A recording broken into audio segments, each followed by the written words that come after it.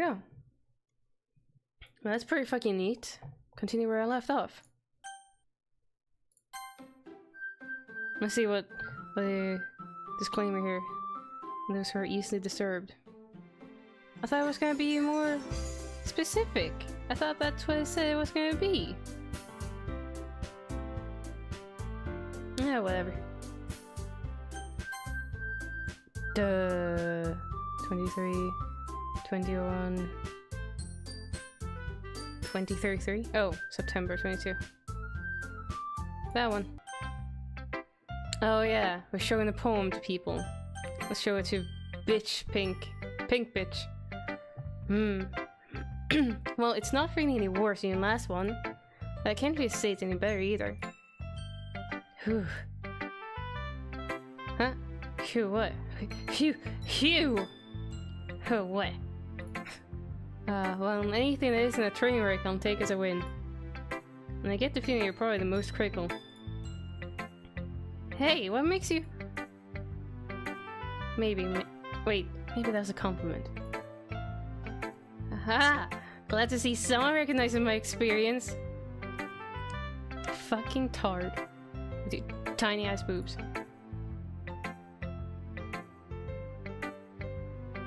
Well then, keep practicing and maybe you'll be as good as me someday. That's, something tells me not to completely miss the point. Come to think of it, this kind of reminds me of Sayori's poem from yesterday. Huh? You think so? So what do you think of this game so far? Have you seen anyone else play it more? I'm waiting for the fucking twist, the disturbing shit to happen. Yeah, well I guess if you've been friends with her for so long, you might be on the same wavelength. But you never really struck me as her type. This is your first time- wait, you haven't been in these streams, my streams either for this? Did you? Were you? Have you seen me stream it? The 2 short streams before? Otherwise I'll give you a quick recap. It's very quick.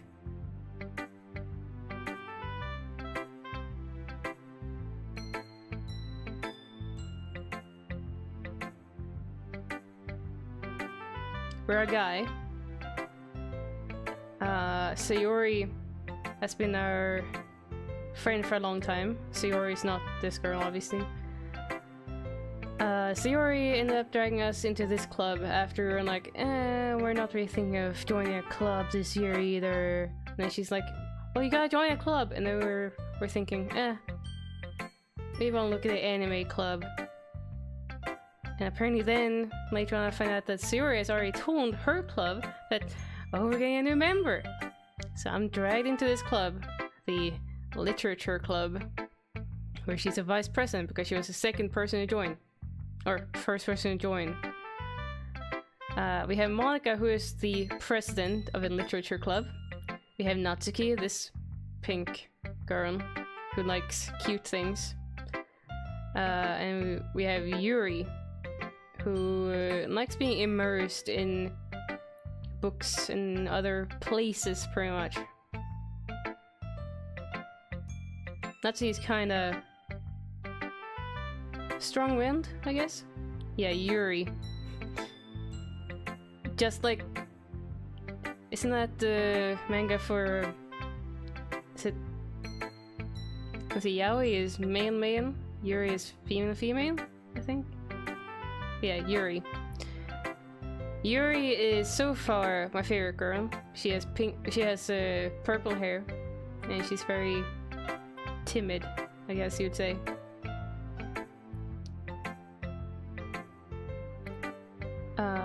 Anyway, so we have me, Lerae, guy. I think I've seen my 2 hands.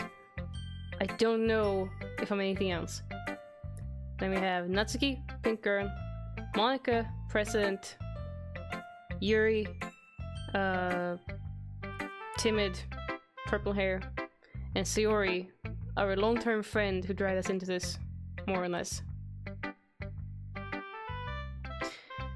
So that's it. We're in a literature club. We've written two poems now because of...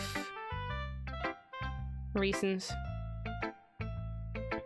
So Yuri has a type all of a sudden?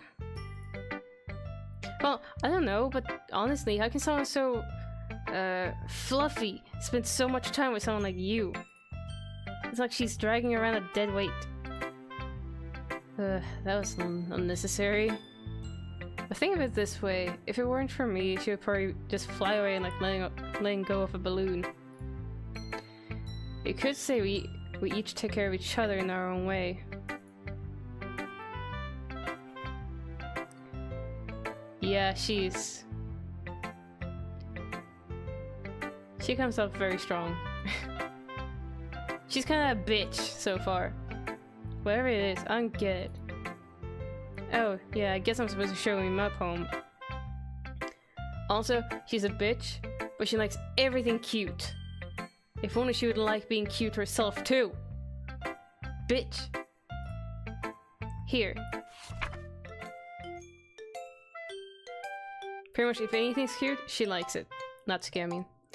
Amy likes spiders. You know what I heard about Amy? Amy likes spiders. Icky, wriggly, hairy, ugly spiders.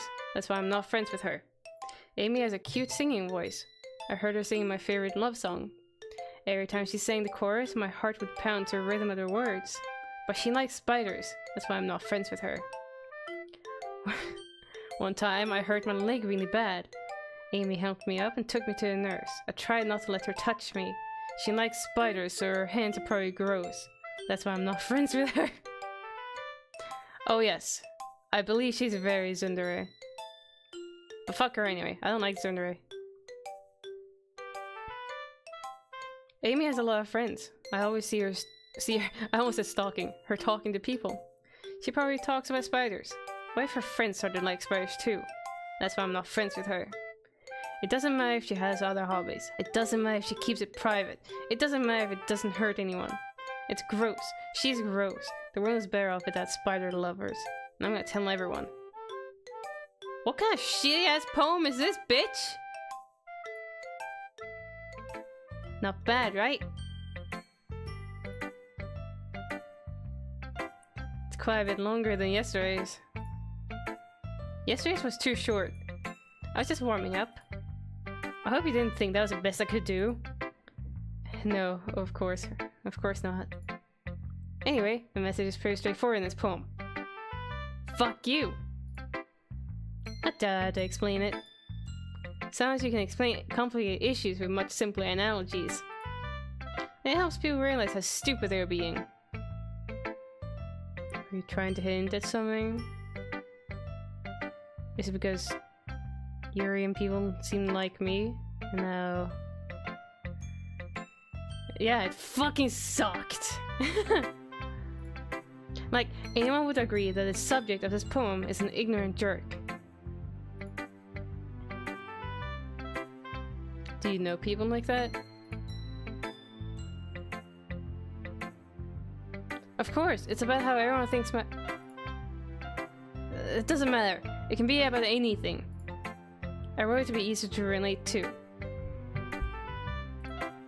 Everyone has some kind of weird hobby or guilty pleasure. Something that you're afraid that if people find out, they would make fun of you or think less of you. But that just makes people stupid. I feel like she's incoherent. Who cares what someone likes, as long as they're not hurting anyone and makes them happy? I think people really need to learn to respect others for liking weird things. She's got a point, at least, with that. Huh, that's funny. Yuri wrote about something similar today. Yeah, Yuri and Natsuki kind of got in a little fight the other day. And I sided with Yuri, and so did everyone else. So Natsuki went for a walk. Did you say Yuri? Yeah. She said her poem was about an unusual hobby of hers. I didn't really get it, but she said something similar to you. That people shouldn't make each other feel insecure about those things. Really?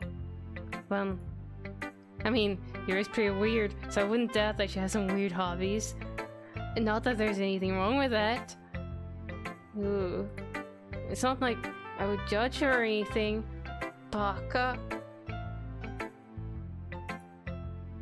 Natsuki has trouble finding words. I guess I should try not to be so mean to her. If she feels insecure about her weird behaviors and stuff.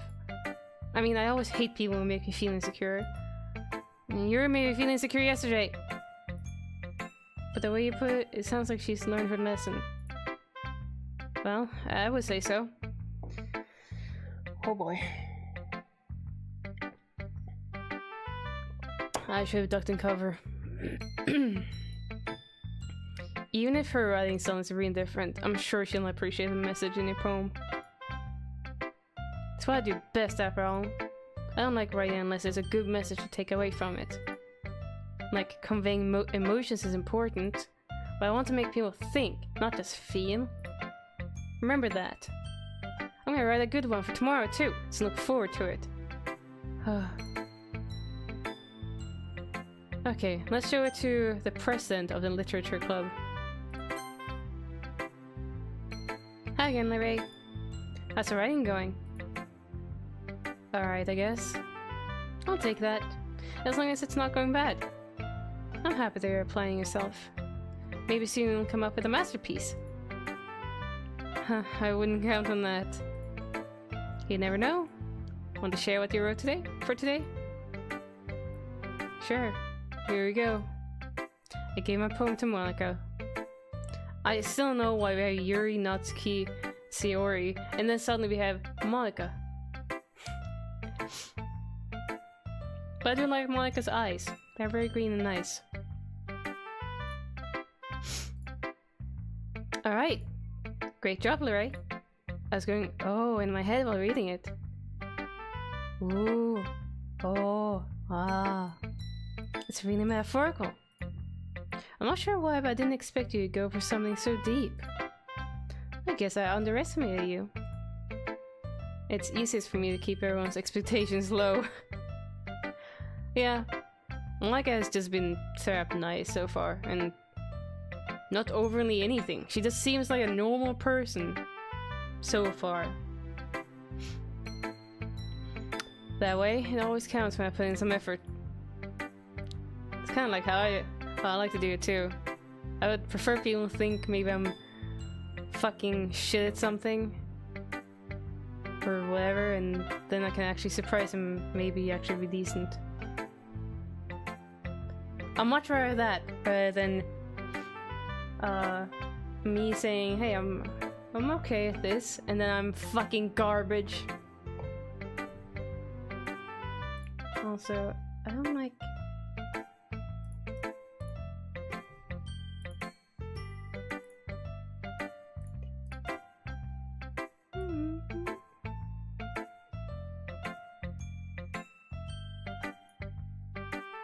Okay. I really maybe should figure out my hair better for when I'm wearing a headset. I don't look stupid with my hair back like this, I think. Well, whatever. Ahaha! That's not very fair. Well, I guess it worked anyway. You know that Yuri likes this kind of writing, right? I did write in my poem. Oh, it's burned. Oh, that sucks. I did choose. I got to make my own poem. I got to click little words, and I try to click every word that Yuri would like.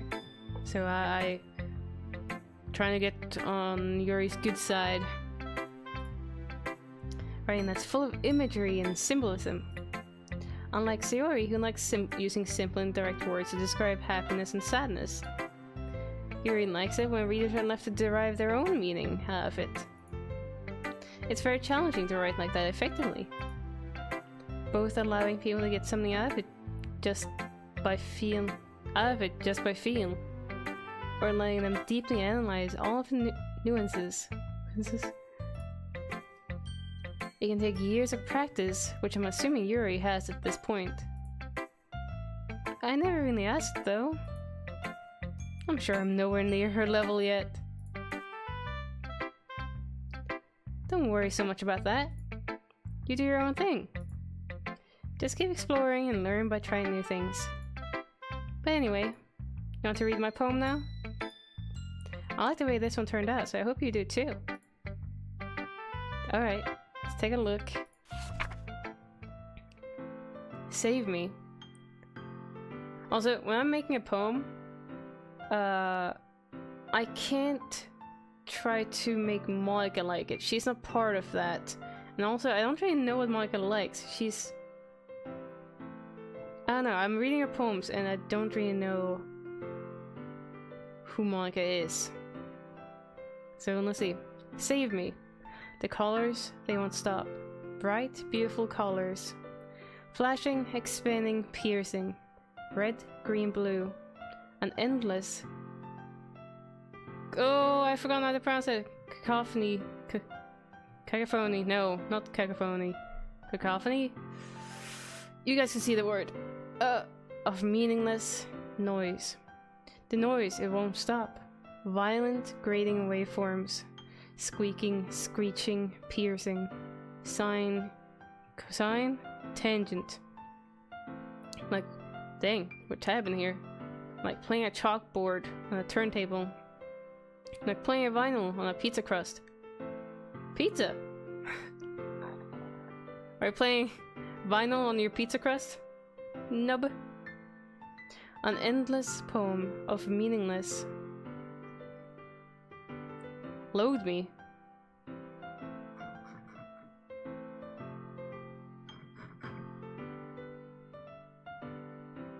Is the game self-aware or is it just part of a poem? I'm gonna save. I'm tempted to load just... I don't know. Oh, that's weird. It's even more abstract than your last one, huh? I guess it's just the way I write. I'm sorry if you don't like it. No, I never said that. It's just the kind of thing I've never really seen before, I guess. I kind of like playing with my space on the paper. Choosing where and how to space your words can totally change the mood of a poem. It's almost like magic. The way I wrote the lines really short makes it feel like they're trying to speak over the noise. Man, I must be garbage at reading poems. I don't feel any of that. I see. It's still hard for me to tell what it's about, though.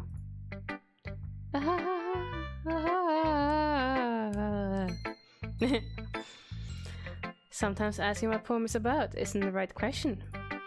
A poem can be as abstract as a physical expression of a feeling, or a conversation with the reader. So putting it that way, not every poem is about something. Anyway, here's Monica's writing tip of the day. Sometimes you'll find yourself facing a difficult decision. When that happens, don't forget to save your game.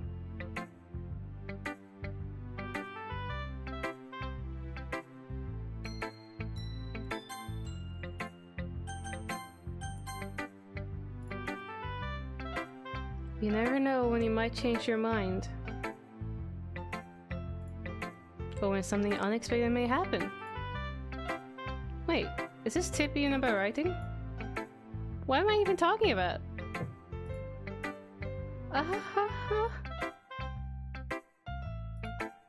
That's my advice for today. What? Are things gonna start happening? Yeah, I mean, there have been hints here and there, foreshadowing. But that was the most clear one yet. About something. I'm hoping the stuff starts happening soon. Thanks for listening. Okay, everyone. Maybe you're right. I don't know. Do we have the exposure on too high? Hang on, I'm trying to mess with this stuff a little bit too. Ah!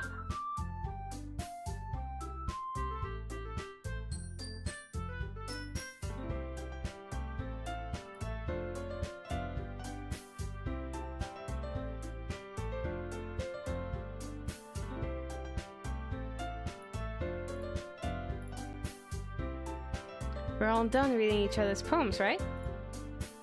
I have something extra planned for today, so if everyone could come sit at the front of a room. Is this about the festival?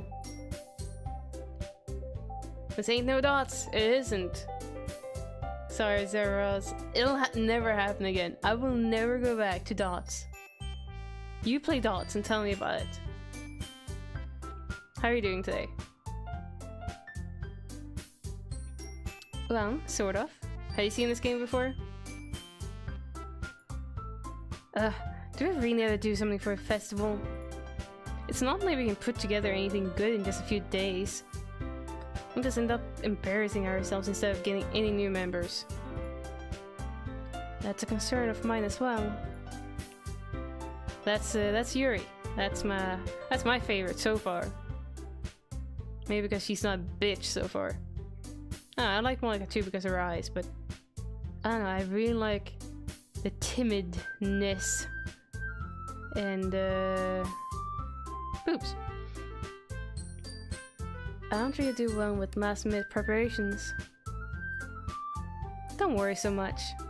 We're going to keep it simple, okay? We won't need much more than a few decorations. Sayori has been working on posters and I've designed some pamphlets we can give out during the event. Okay, that's great and all, but that doesn't tell us what we're actually going to be doing for the hang on.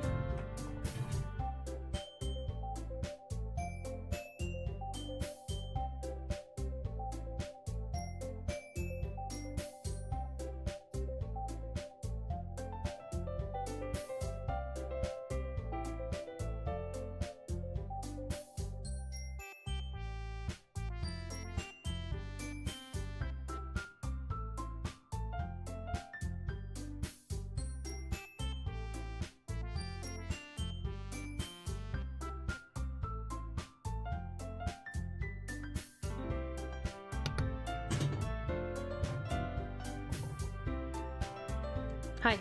Sorry. Middle and right one. On the left.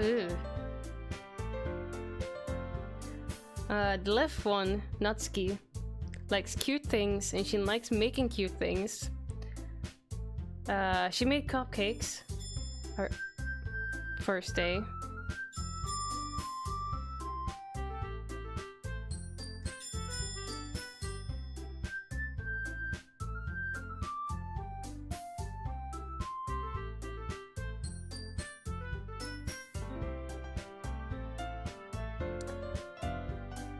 Let's see if they're gonna ring my doorbell again. I didn't answer the door. I checked through the little hole. And it's just some kid probably wanting to send the like magazines or something. Free monitor again. Like, hopefully they've left at this point. Jesus. Maybe kids should learn you don't ring the doorbell about 10 times. Don't do it that many times. No, I did not open the door even.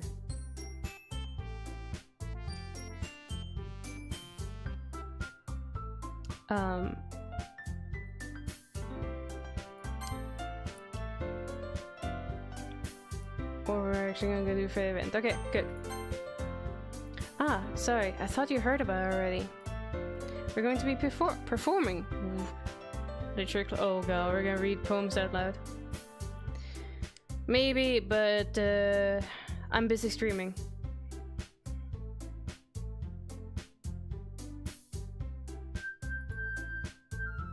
Performing? Monica? Yeah, we're going to have a poetry performance. No!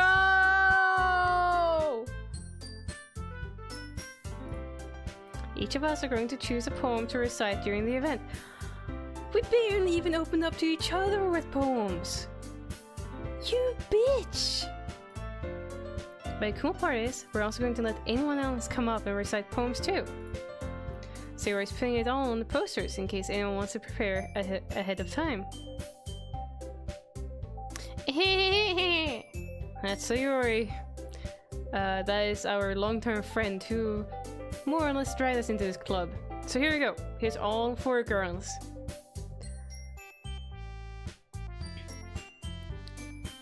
We pretty much told the girls the first day, like, but I didn't decide on joining the club yet, you know? And they all looked sad. And the main character was like, well, would it be so bad if every day I got to spend time with 4 cute girls and stuff, and then suddenly I've decided I join. Yeah, I don't like the name Yuri. Female stuff. Yes, these are the 4 girls in the game. I don't like Sayori because she's a fucking bumblefuck. She's like the ditzy, clumsy thing. Command and Conquer. I don't like her name, but I really like her personality. Yuri, I mean. Sayori, fuck her. Sayori, who's been coloring a poster, holds it out for us to see. Are you kidding me, Monica? You didn't already start putting those posters up, did you? Eh? Well, I did. Do you really think it's that bad of an idea? Well, no. It's not a bad idea. But I didn't sign up for this, you know? I never signed up for this. There's no way I'm going to be performing in front of a group of people like that. Monica might be, but I almost feel like she's a little too pure. I don't know. She scares me with how pure she is. I don't know. I really like her eyes. She's a big... She doesn't need... She don't need a bigger uniform. It being tight is a good thing. Cleanse by fire! I agree with Natsuki. I could never in my life do something like that. Imagining it, Yuri shakes her head in fear. I'm just saying. These 2 with their boobs. Pretty good. Guys! No, Sayori. I understand where they're coming from.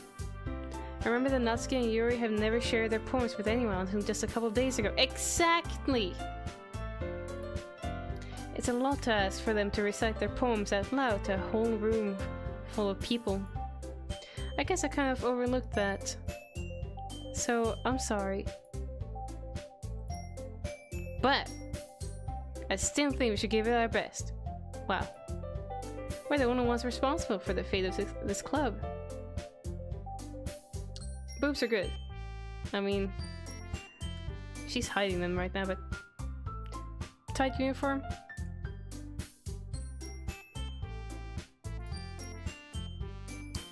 If we start the event and each put on a good performance, then it will inspire others to do the same. And the more people who perform, the better we'll be able to show everyone what literature is all about. Well, she's... Yes, she is. Yeah. No, like her arms and stuff. It's about expressing your feelings. Being intimate with yourself, finding new horizons, and having fun.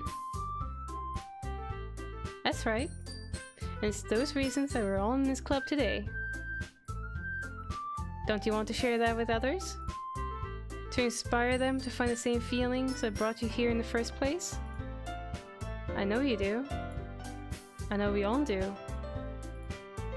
And if all it takes is standing in front of a room for 2 minutes and reciting a poem, I know you can do it. She's so cute when she's like, fiddling with her hair.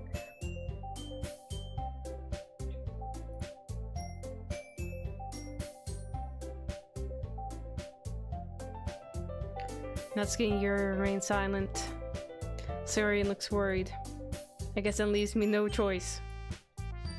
I agree. I don't think it's too much to ask. Jesus, we have just started writing poems even. Good God. And I only know that we're 2 hands so far. I can't help it, they're good. Yes, I will.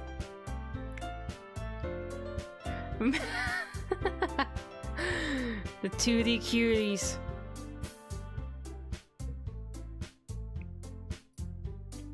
I think Sayori and Monica have been trying really hard to get new members. The least we can do is help them out a little bit. Well, maybe, but... Oops. Looks like Natsuki doesn't have any arguments left. Just a silent. Okay, fine. I guess I just have to get it over with. Alright. Alright! Whew. Thanks, Natsuki. What about you, Yuri? Yuri dejectedly glances around at everyone else's expectant faces. I guess I don't really have a choice. Haha. That's everyone. Wow, my voice just broke there. You're the best, Yuri.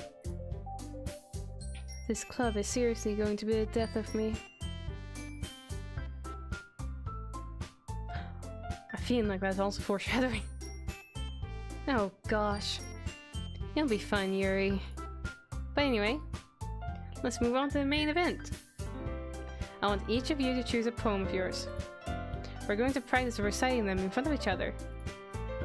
No way! Monica, this is too sudden. Well, if you can't recite your poem in front of a club, how do you expect to do it in front of strangers? No. Don't worry. I'll start off to help everyone feel a little bit more comfortable. A little more comfortable. Can I go next? Haha. Of course. Now, let's see. Monica flips through her notebook to a specific poem she has in mind for herself. We have Happy Sayori right now. Upset Natsuki. Fucking embarrassed Yuri. Let's read a poem. She then stands behind the podium. The title of this poem is The Way They Fly.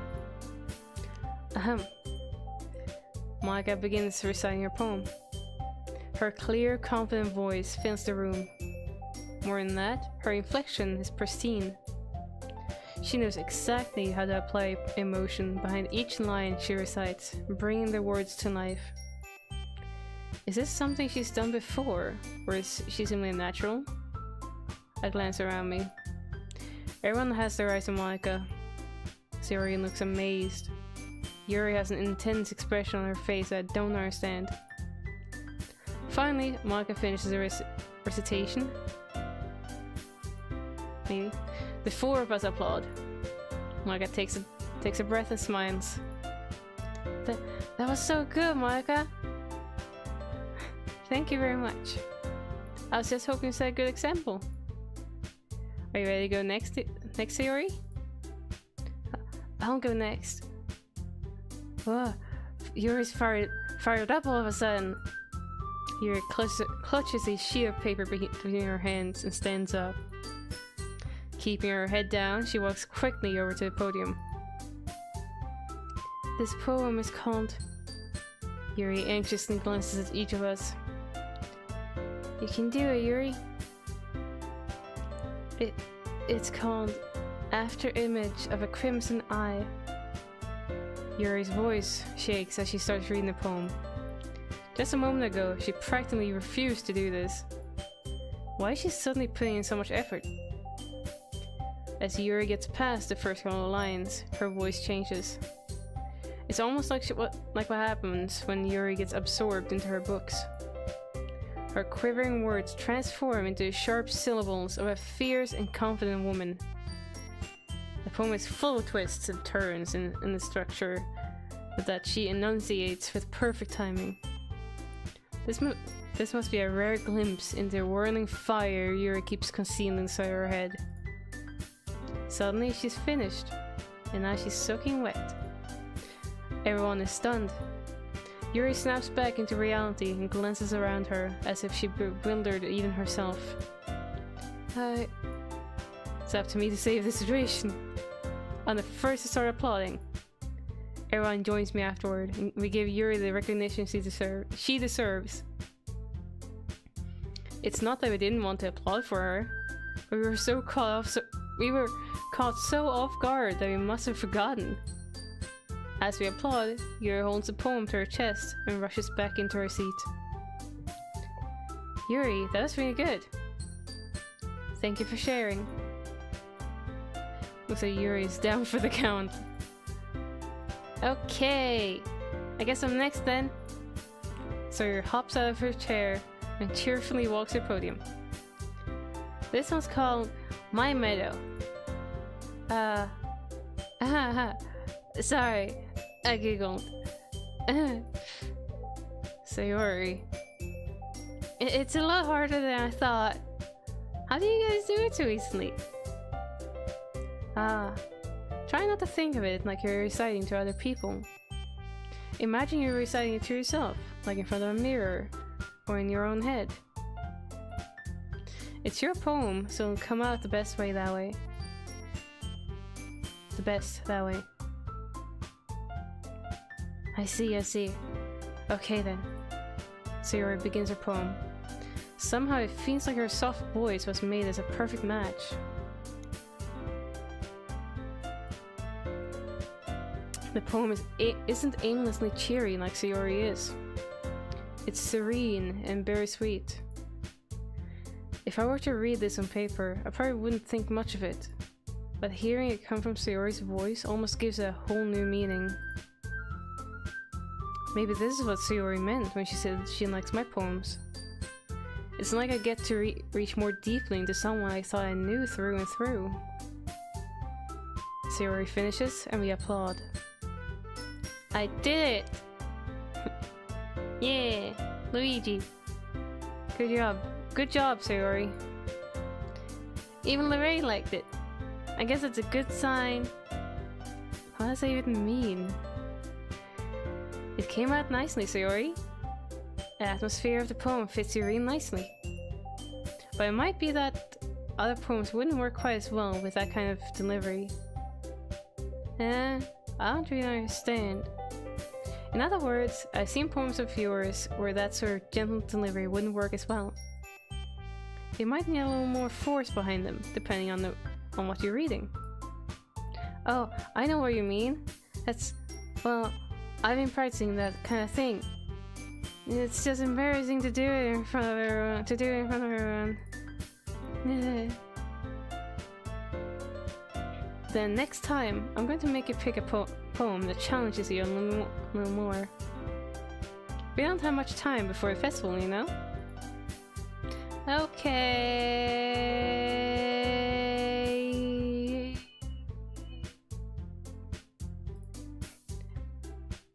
Now, who's next?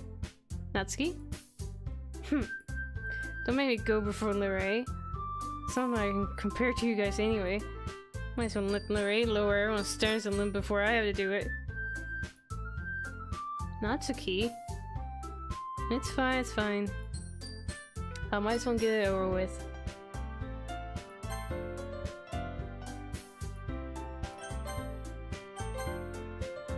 Do I get to choose which one? It's gonna be the second one. But it's not like I have much of a selection of what to read. I'll just have to go with what I wrote for today. Okay. I stand up and step in front of the podium. Everyone has their eyes on me, making me feel terribly awkward.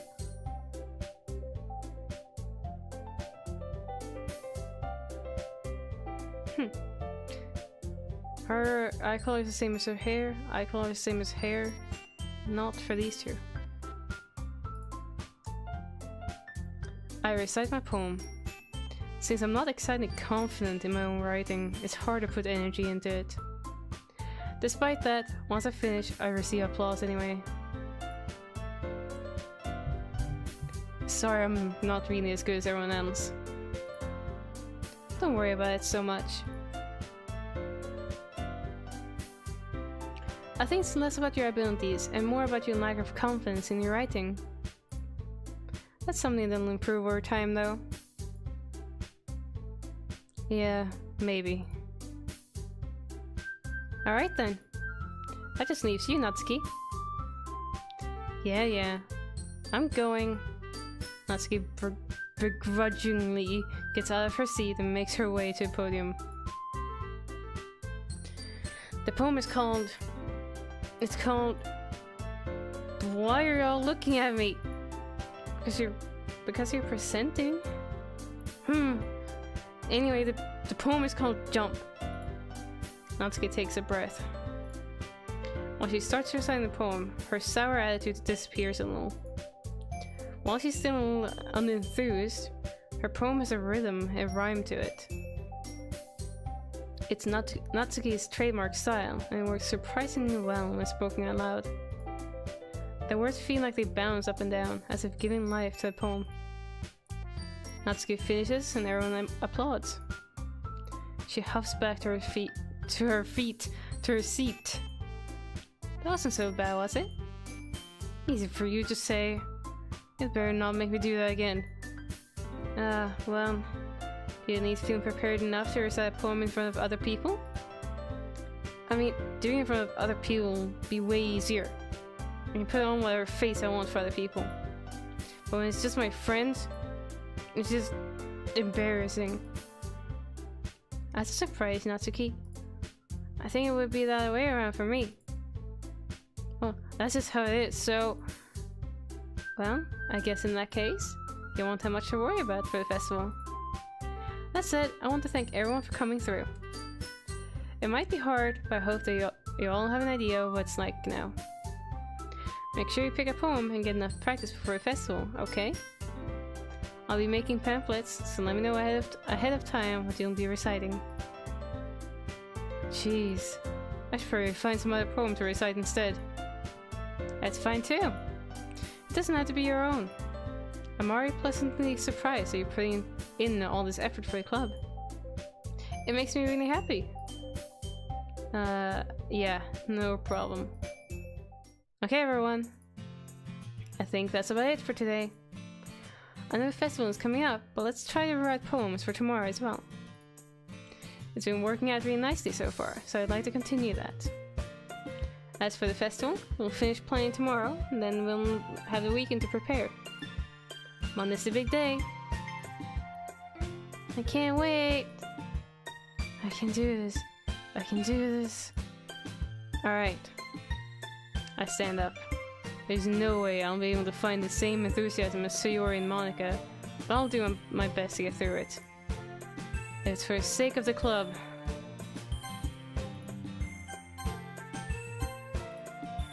And impressing Monica. Then I'll have to do my best. Ready to go, Sayori? Yep. Look at you two, always going home together like that. It's kind of adorable, isn't it?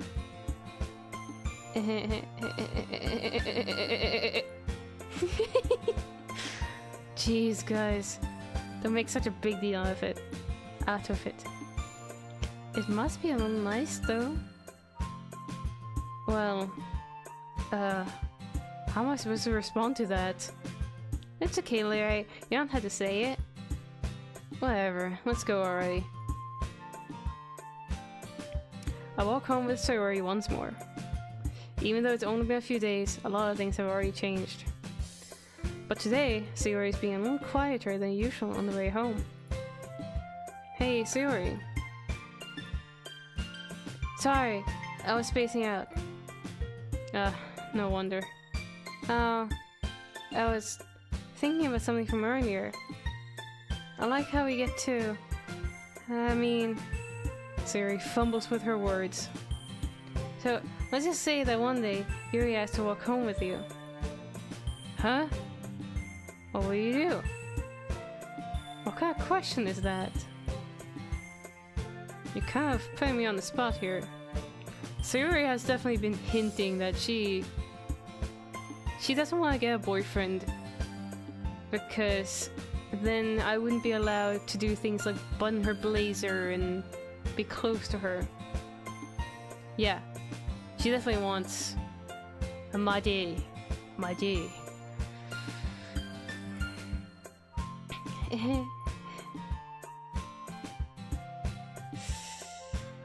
I can't walk both home?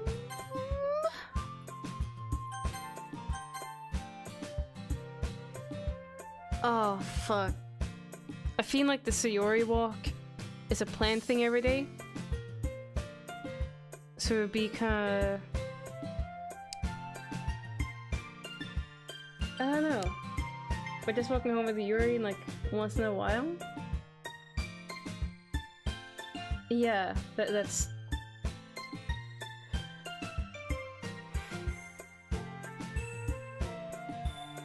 I feel bad that the Sayori walk is probably fully planned every day because we live, I think, next to each other. But if Yuri were to ask like once a week, that should be fine. I really like Yuri. Fuck it, I would walk home with Yuri. Walking home with Yuri, huh? Why does the thought of that make my heart pound? I mean, given how hard it is for her to socialize, I'd feel awful turning her down, so... Sayori and me, we live next to each other, I believe. I sort of try to help her get up in the morning, I think, because she always oversleeps. Stuff. Isn't she so beautiful and smart? That has nothing to do with what I just said. Aha! You admit it! Jeez. It's not even any point in speculating something that's never going to happen.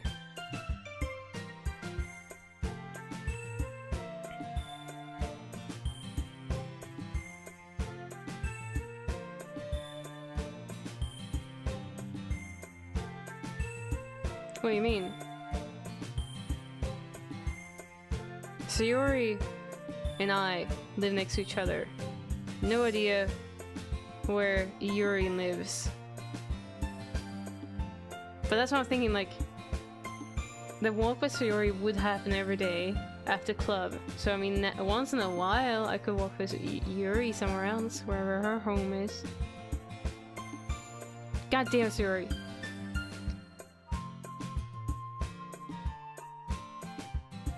Yeah, exactly. But fuck it.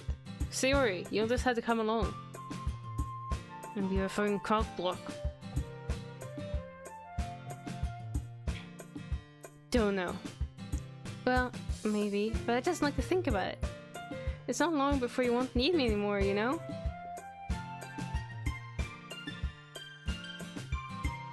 Need you? Sayori, I can't figure out how you're seeing things in your head right now. Sorry. Everyone is different. Nobody in the club is a replacement for you. If you say so. The conversation trails off and I'm left feeling awkward. God damn it, Sayori! I can see your fucking intentions as clear as fucking day, I think. Fucking... I'm trying to friend zone you. She's just beating around the bush. I don't think she's particularly being a drama queen, it's just... I think she really likes the main character. She won't say it, but she does everything to act like a girlfriend of his. Shit doesn't fly, dude. But it's kind of her fault for trapping me with such a weird question. Exactly. That's a perfect quote. I believe I have some sort of quote bot anyway. If you're ever interested in putting shit away like that. Might be quote space ad? Exclamation point add quote? I don't know. I know I have some sort of quote spot, I believe. Maybe. I can't just lie to her. But if there's something that makes her happy, I would hate to take that away from her. My body and soul. That's why I said there's no point in speculating. But again, the festival is only a few days away. Who knows what will happen in that time?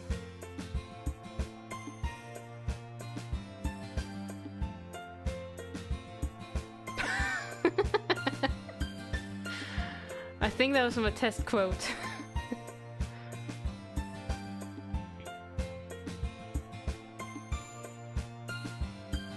I'm guessing this quote does random quote.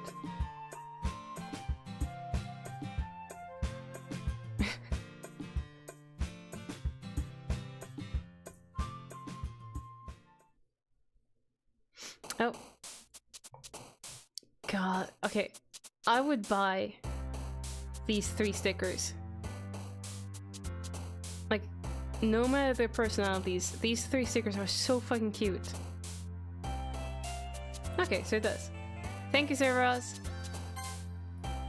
Thank you for checking that stuff. Okay, so we're gonna try to go with Yuri stuff.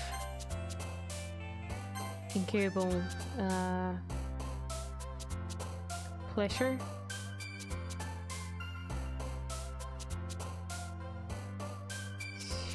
Sensation.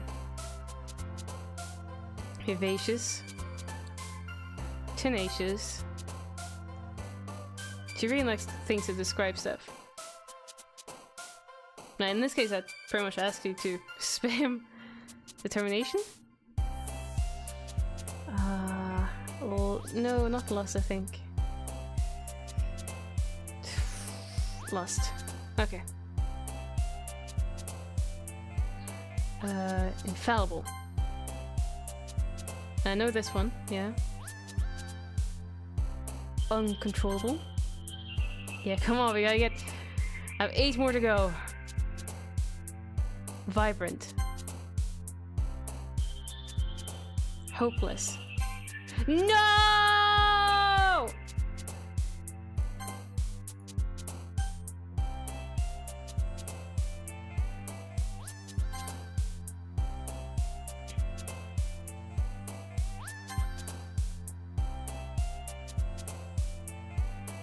Desire.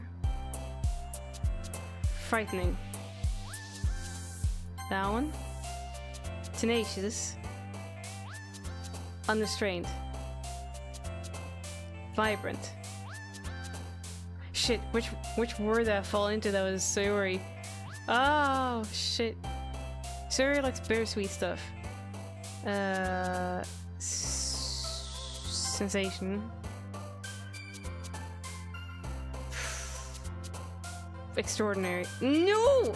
You fucking shit lord, you piece of fuck.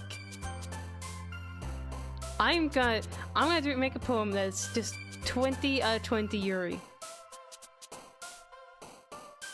That's a really weird statement. Disarray. Captive. Secretive. After image. Unstable.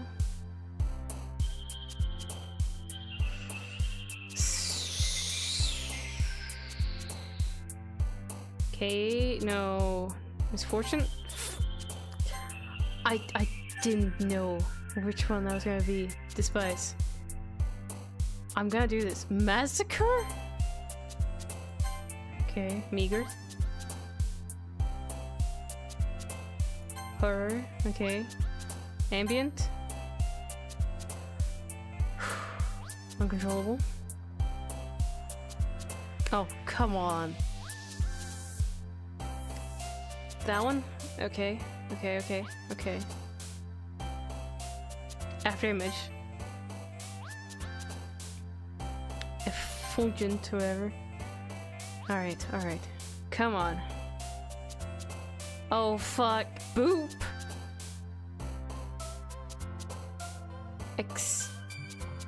I'm thinking either landscape or extreme. Oh shit. Can I just save in the middle of this too?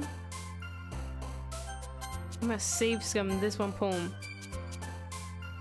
Landscape. Okay, okay. Infallible. Vivid. Poof. Existence.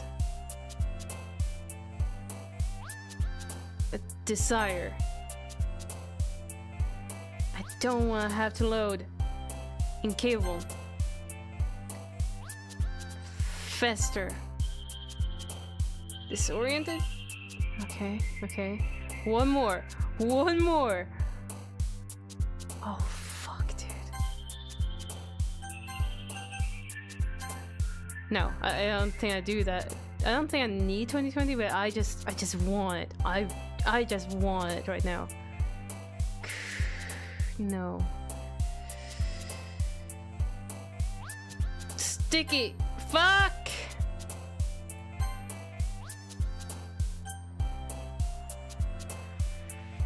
Oh, you can't save scum it. You bitch. Ah, you bitch. Termination. That's what I'm feeling right now. Okay, vertigo? I'm gonna do this. Okay, all of these don't really make sense for a universe. Okay, she likes universe. Okay, Starscape. Ambient. Disoriented.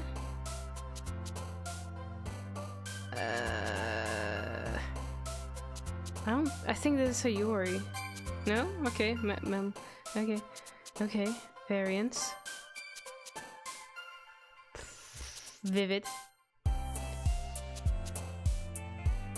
Judgment. Unrestrained. Imagination.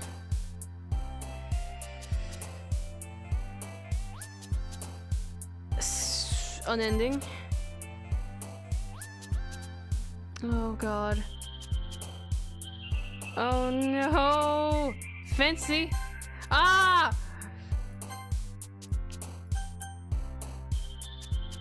Sounds like get to a page where all of them don't seem like Yuri. Universe. Depression? That's a Yuri, okay.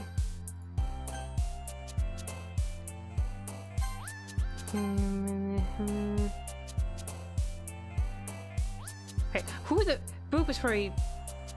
Okay, ocean. Okay. I'm gonna try to figure out some of these words I don't know. Parfait. Yeah. Disaster. Variance. Okay, so once again, we're at one that doesn't quite make sense for her. Memories? I guess sorry. Contamination. Extraordinary. Sayori likes one big word. Extraordinary. Captive. Desire. Existence? Okay. Anyway. Vertigo. Horror. Vibrant. Universe. Okay, extraordinary Sayori. Destiny? Vivacious.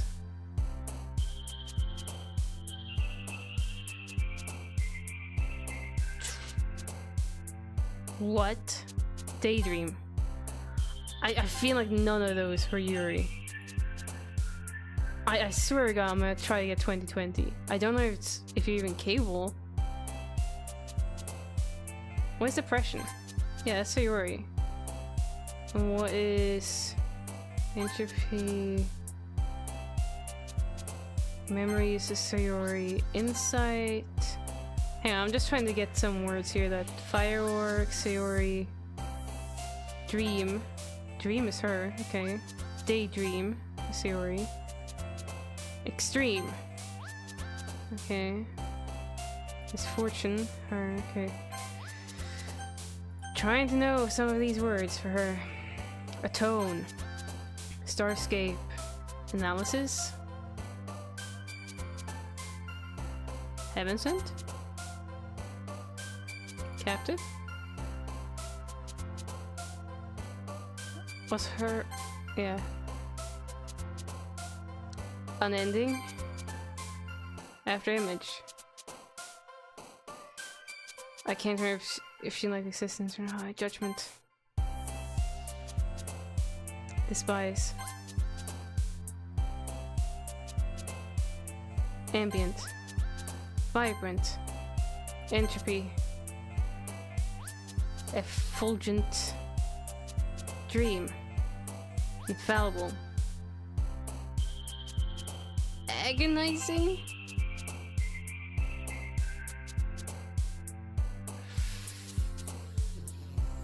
Fuck. Frightening or uncanny?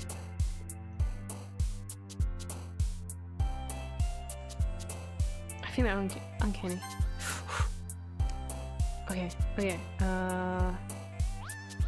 Secretive? Vivacious. Yes! Yes, 2020! I believe. I believe that's 20. I believe that's Yuri, 2020. Oh man, I'm the last one here again. Don't worry, I just walked into. Were you practicing piano again? Yeah. You must have a lot of determination. Starting this club and not picking up piano.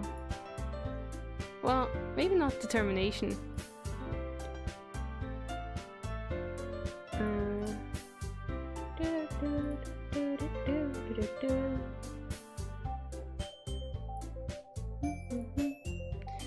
But I guess passion. Remember that the club wouldn't be here if it wasn't for all of you. And I'm sure happy that you're all willing to help out for a festival too. Whoa, she's smiling. Ah, I can't wait for the festival, really? It's gonna be great. Huh? Weren't you complaining about it just yesterday, Natsuki? Well, yeah. I'm not talking about our part of the festival. There's a whole day of school where we get to play and eat all kinds of delicious food. You sound a bit like Sayori all of a sudden. Yeah, Sayori likes food. She likes to eat. Monica, do they usually have fried squid?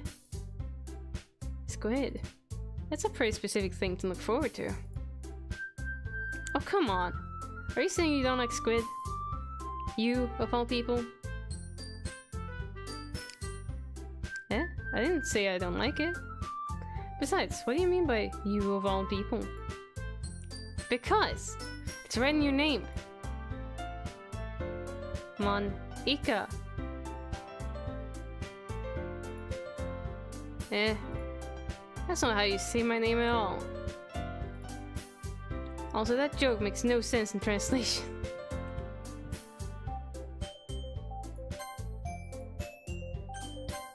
I think I'm getting into a habit of saving whenever the game seems too self-aware. Never mind. Oh, Monica is the game! She is the AI in this. She's making all this up. Let's just focus on our own event for now, okay? Hey. Oh, Sir Ross, oh my god. You've got to hear Patty's a cappella.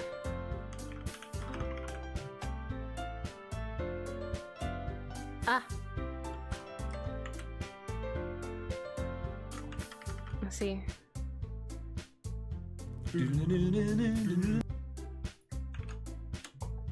There it is, I believe. Let's see. Let me check that link again.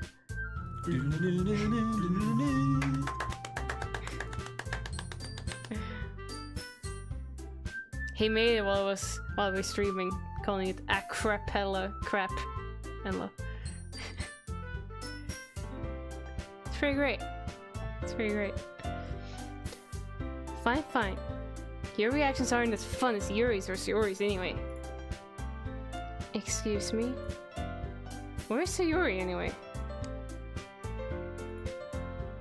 Oh, there you are. Sayori is sitting at a desk in the corner of her room, looking down at nothing. I'll walk over to her. Hey, Sayori. I wave my hand in front of her face. Huh? You're spacing out again. Sorry. Don't mind me. You can go talk to everyone else. Oh, come on, you depressed fuck. Don't be like, oh, everyone else is better than me, so just dropping me in the garbage bin. Huh. Is everything alright? Of course. Why wouldn't it be? It just feels like you're it just feels like you're off. Sorry for assuming things. In girl talk, she is fine. She's very fine. Jeez, you worry too much about me. I'm fine, see?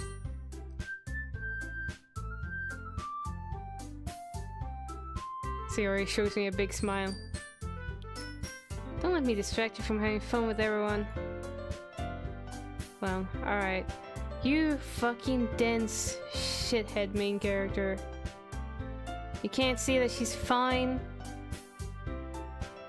After her fucking... After you did say that you'd like to walk with Yuri. Come on, be a little bit more...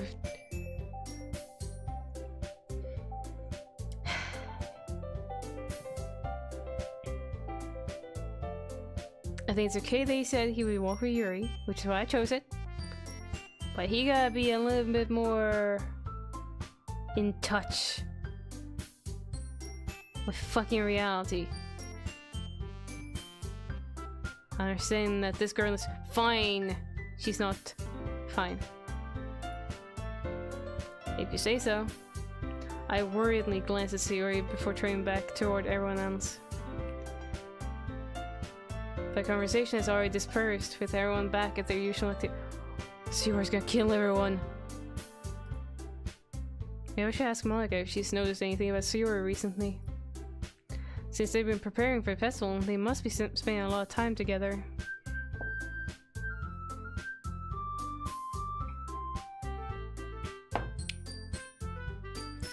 I timidly approach Malika, who is shuffling through some papers at her desk. Hey, what's up? Hey, this might sound a little strange, but have you noticed anything up with Sayori recently? Anything up with her? In what way do you mean? Maybe I'm reading into it a little too much, but she seems a bit downcast today. Oh, you think so? I can't say I've noticed anything about her. Malika peers across the room at Sayori, who is idly dragging a rubber eraser up and down her desk. Maybe there is something on her mind. But I'm surprised I'm not the one asking you, Larry.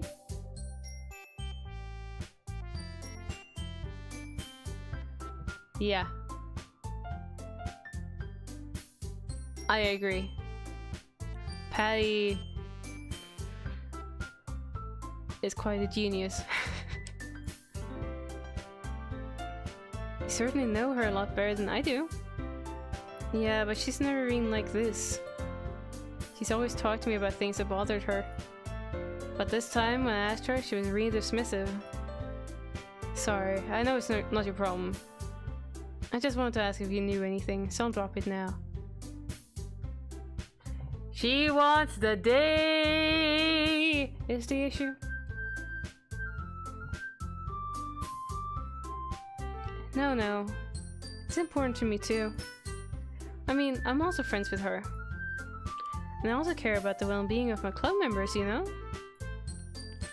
Maybe I'll try talking to her myself. Eh? Are you sure about that?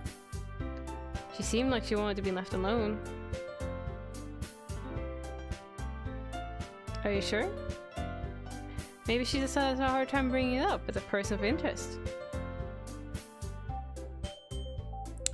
Person of interest? What do you mean by that? I'm saying that maybe the thing on her mind is you, Lerae. Me? How on earth would you come to that conclusion?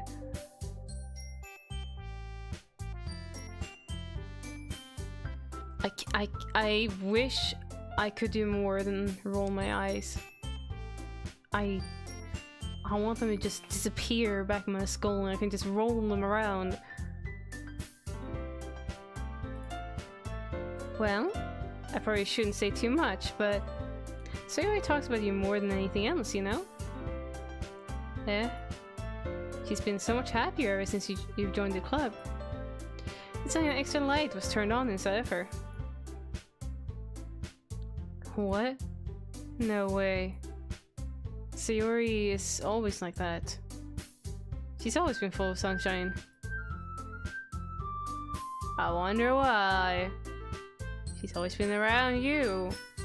And when you're around her, you get to see sunshine. It's not any different now than it always has been. You're so funny, Lerae. Have you thought that maybe you've always seen her as so cheerful? Because that's just how she is when she's around you?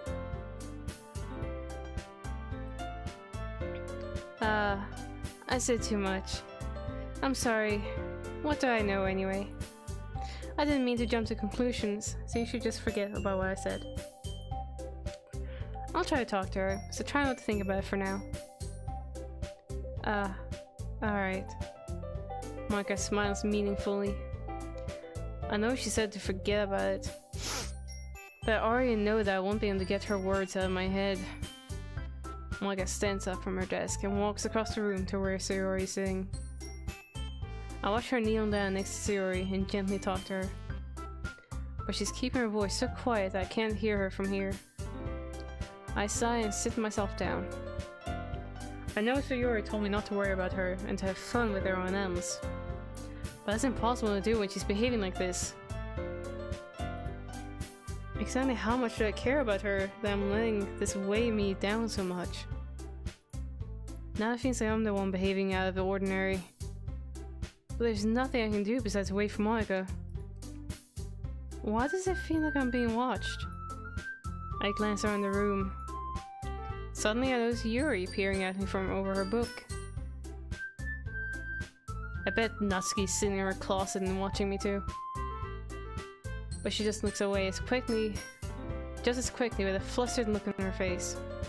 I realize that she won't get anywhere in like this. I've never really seen Yuri approach anyone or start conversation on her own accord, so I have no choice but to approach her myself. By now, it's only easy for me to do that. I stand up from my desk and sit in one next to her own. I didn't mean to bother you or anything. Relax, you didn't even do anything. But I could tell that you wanted to be alone with your thoughts. Alone with my thoughts? How were you even able to tell that I was thinking that like that? Well, it's something that I do a lot. So it wasn't hard for me to spot based on your posture and expression. Not that I was staring or anything. Baka. I didn't do anything creepy like that. In any case, I guess you're right. I'm sorry if I caused you any concern. Don't apologize. Your trouble are only the concern of those who willingly share in that concern. Of course, there are certainly those who find the most comfort in keeping it to themselves. But if you would prefer to share what's on your mind, then I would be glad to listen. It's really not that big of a deal. I was just feeling a bit uneasy about Sayori. Sayori? Yeah, she seemed a little off today, but when I asked her about it, she didn't want to admit it to me. So I can't help but wonder if something happened to her. Oh. That's quite romantic. Eh? Sorry. I didn't mean to say something so stupid. It's not that, I just didn't want you to misunderstand. Sayori and I have just been friends for a long time, that's all. She's been friend-zoned since forever! Ah, I see. Then perhaps it is unusual for her to be dismissive to you about her feelings. Or maybe I'm just reading into them too much. Narai, the world is full of meaning, often hidden deep beneath plain sight. And there are many untold mysteries behind every person, no matter how well you may know them.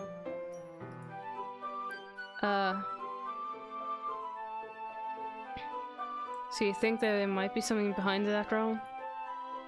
I think that Sayori is a very complex person. Her mannerisms on the outside don't always match what may be going on inside her head. And she may not always know what she wants. I noticed her strange behavior today too. And I also feel some concern for her. But in your case, it looked like she was fully occupying your thoughts, wasn't she? Well, I guess that was the case. Sayori, she really means a lot to you, doesn't she? I guess. But you don't need to put it that way. We're just good friends, that's all. Yuri suddenly looks deeply into my eyes. Her expression is gentle and curious, as if she was searching for something.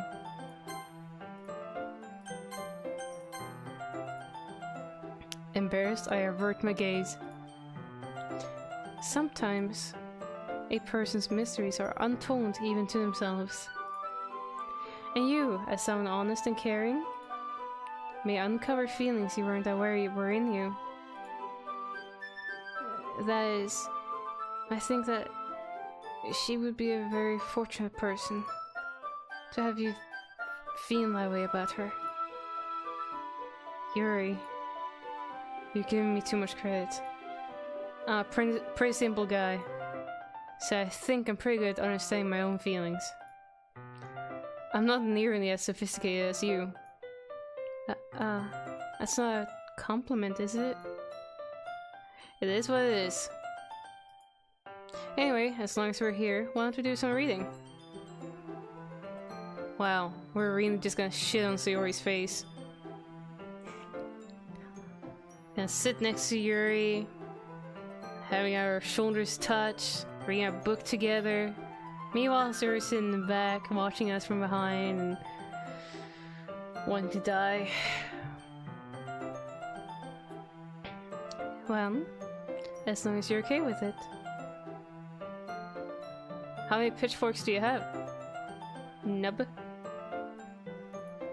Are you waiting 60 each time? Oh, pretty much.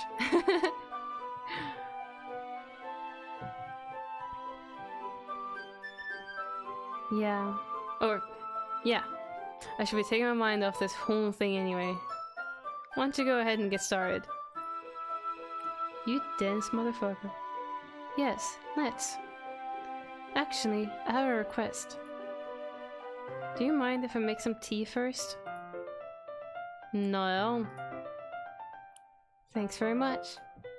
If there's one thing that can make my reading time here any better, it's a nice cup of tea. Not to mention for yourself as well. Yuri stands up and makes her way to the closet.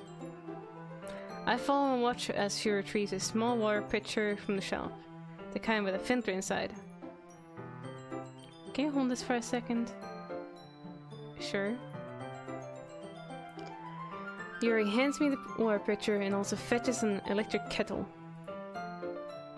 I'm going to plug this in at a teacher's desk, and then we'll go get some water. She walks past me and sets the kettle down on the teacher's desk. I simply watch her movements. To my surprise, the way she moves really contrasts her speaking mannerisms. Especially because of her long legs, Yuri appears elegant and methodical. Okay, may I have the water pitcher? Thanks. I'll be right back. I might as well walk with you. Dang, we're just shitting on Sayori's face. Just right on top of her head. With her looking up. Fucking... Yeah, why not? Shall we go then? Yeah. Where are you two off to? Huh? Yuri was going to make some tea, so... I suddenly realized how weird it sounds to explain this to Monica. We're just filling the water pitcher. Ah, okay. Sorry, I was just a bit curious. That's kind of a one-person job, isn't it? That's... Monica, please mind your own business for once. Whoa! Oh! Or do you want to tell me there's something wrong with helping involve Lerae in club activities? Eh? My mouth gapes. I suppose there's nothing wrong with that. Let's go, Lerae. Dang. Yuri quickly exits the room and I follow. Oh god, she's gonna kill me. Once in the hallway, she suddenly puts her forehead against the wall. I spoke without thinking. How could I say something like that? Yuri. Something about the way she said that made me feel so irritated. What's wrong with me? No, Yuri. I think you did the right thing. I wasn't expecting it, but it's also not right for Monica to judge people like that.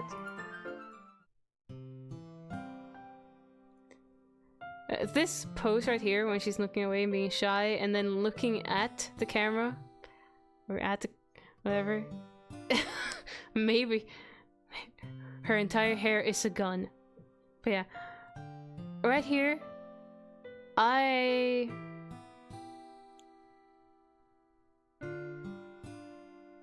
this right here makes me have a crush on this little 2D cutie right here.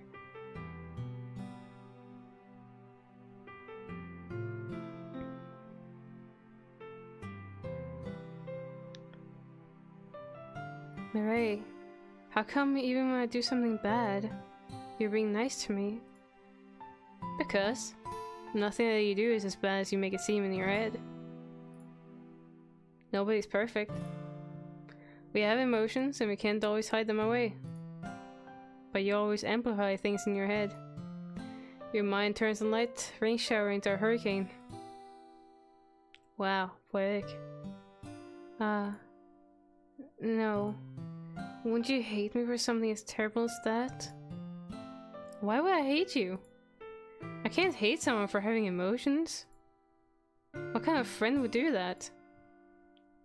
Friend, you say? Yuri lifts her head. Lerae, I really like being friends with you. Oh yeah. Friends.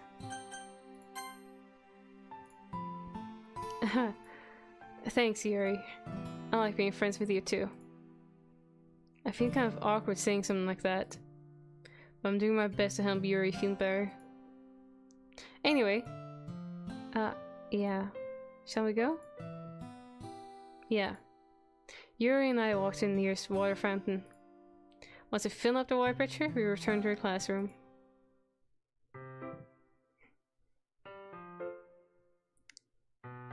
Lerae, do you like oolong tea? Isn't that the name of pig in Dragon Ball? Is he named after tea? What the hell is oolong? Whatever. Yeah. Anything is fine. Very well. Yuri sets the temperature and the kettle to 200 degrees. Now it's time to get the teapot. You really do this properly, don't you? Of course. I shouldn't do any less when I'm making tea for others. Even if I'm not an expert on tea or anything.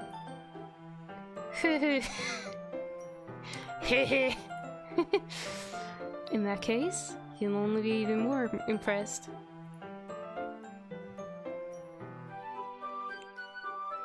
Perhaps I will. Yuri fetches a teapot and begins measuring the tea leaves. To my surprise, she even starts humming along to herself.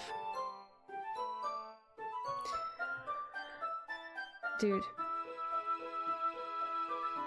I'm cold. I'm gonna let my hair down.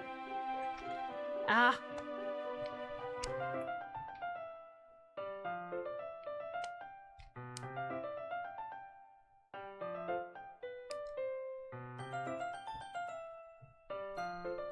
Come on, hair. Warm me up.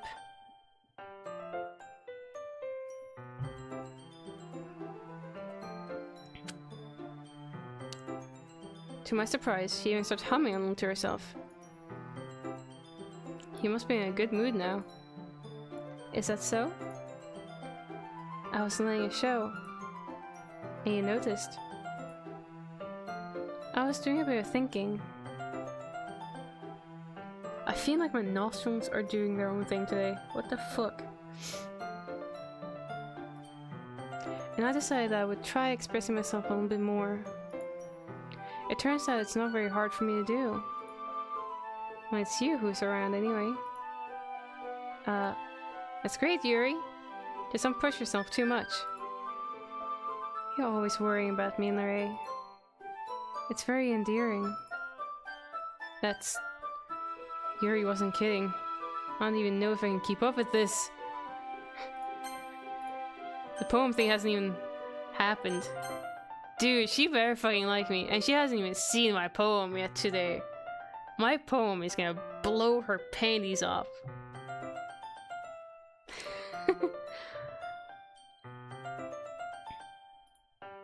I watch Yuri pour a cup of tea for each of us. Leraje, I have another request. Do you mind if you sit on the floor today? Huh? Why's that? It's a little bit easier on my back. I can read with my back against the wall rather than bending over at my desk. Sorry, I didn't realize. No worries. I just have back pain fairly regularly, so I do my best to manage it. And this is my way of asking if I can have a back rub one day. Is that so? I wonder why that is.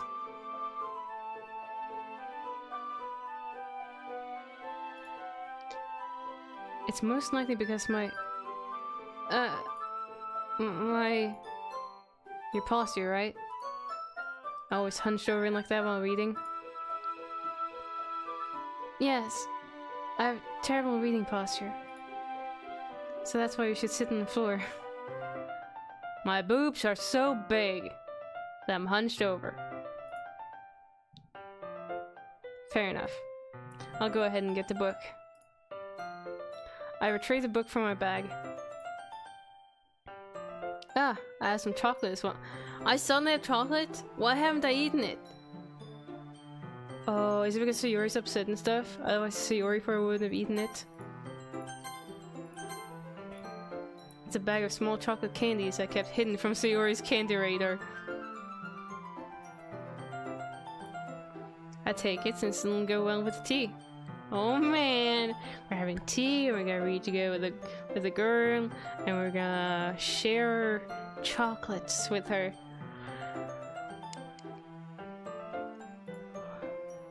Yuri and I then sit against the wall, teacups at our sides. As if in sync, we assume the same reading position as last time, each holding one half of the book. Except this time, our bodies are even closer to each other. I can't see too well. Yuri slides closer until our shoulders are touching. How am I supposed to focus on reading like this with this giant boner? Yuri was always kind of cute, but when she's being less apprehensive, it's almost more than I can handle. Your teacup. Yuri hands me my teacup. Only with my hand that's not holding the book, I end up in a position that makes it even harder to focus. because now I need to worry about making sure I don't accidentally touch her chest. Aw, okay, Nub.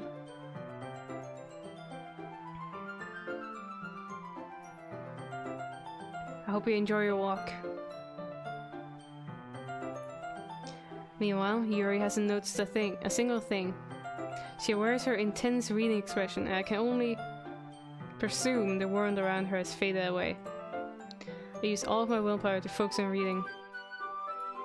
After a few minutes, I finally managed to relax a little. I put a teacup between my legs and fumbled with the chocolate wrapper. Sorry. I briefly let go of the book to finish opening the wrapper. You can have as much as you want. That's okay. I won't take any. Eh? Are you sure? Well, if I touch it, then it might get smudges on the pages. You're right. Oh, I didn't even think about that. My bad. No need to apologize. I'll hold the book, okay? Are you sure? Of course.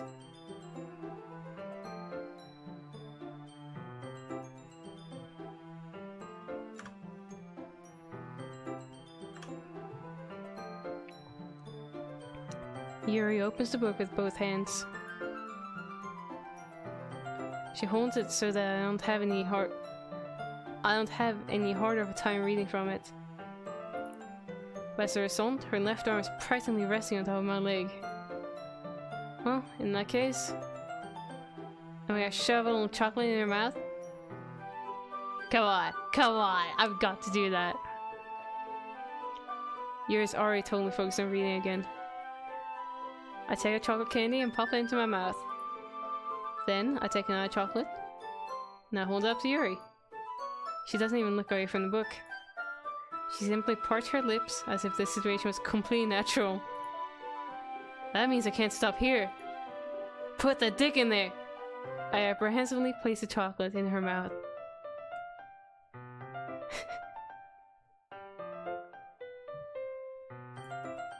Just like that, Yuri closes her lips over it. Huh? Yuri's expression suddenly breaks. Okay, I have to save here. We're keeping this last save. This is great. Did I just... Yuri looks at me like she needs to confirm what just happened. Larry? Sorry. I guess I shouldn't have done that. Well... You were just helping. But I'm allergic to chocolate, and I'm gonna die. That's something that friends do. Right? I mean, not really in this kind of context, but... Yeah. That's all it was. Yeah. Then... You don't need to stop or anything. I see. The situation has gone really intense. Yuri tries to return to the book. I can tell just by her expression that even she can't focus now. My heart is pounding. I must put another chocolate in her mouth. I nervously take another chocolate between my fingers. But this time, Yuri's eyes meet mine. Are you ready for the little choo-choo train? How did it even come to this? Hello, Monk Preston. Doki Doki. Heart's beating, dude. How are you doing today? Yuri doesn't avert her gaze. I notice her chest rising and falling to the rhythm of her breaths. Breaths. Breasts.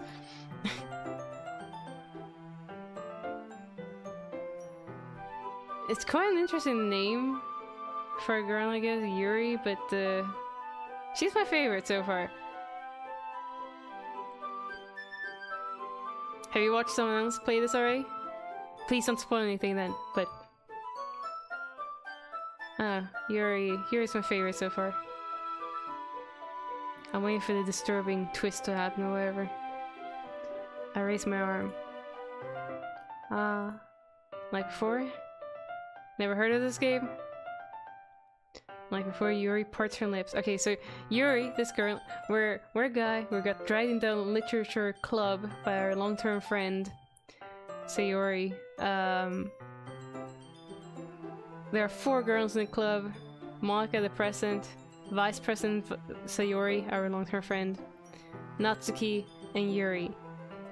Yuri here is very timid and shy and embarrassed, and she likes being immersed in books.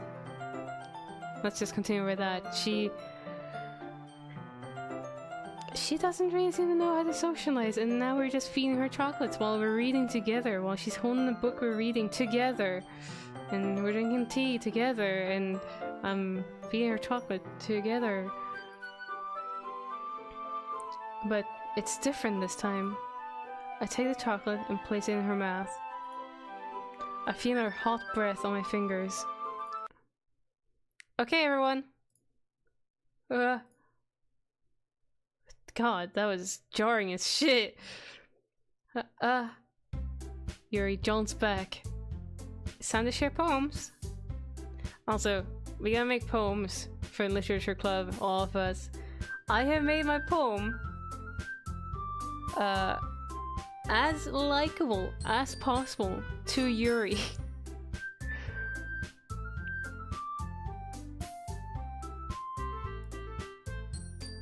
Alright, you can help Yuri put away the tea stuff, right? Oh my god, I hate getting chocolate on my fingers while eating chocolate. It sucks. Yeah, of course. Okay, thanks. Spelling's abruptly broken. I'll take care of the cups. Yeah.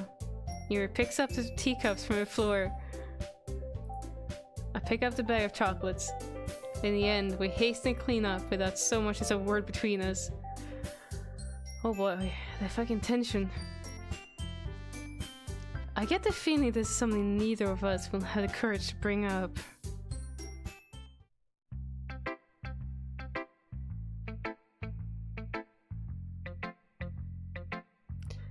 Okay, since Sayori is pouting, our long-term friend Sayori seems to be in girl context, she is fine today.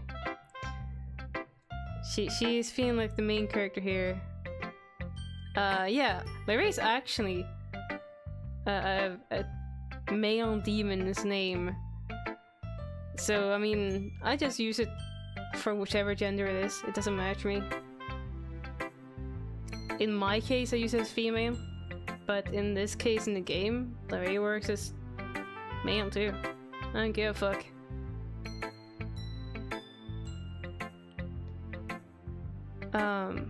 But yeah, there's a wiki page on Larray. That's for Yuri with Yuri. That's why I think her name is kinda interesting.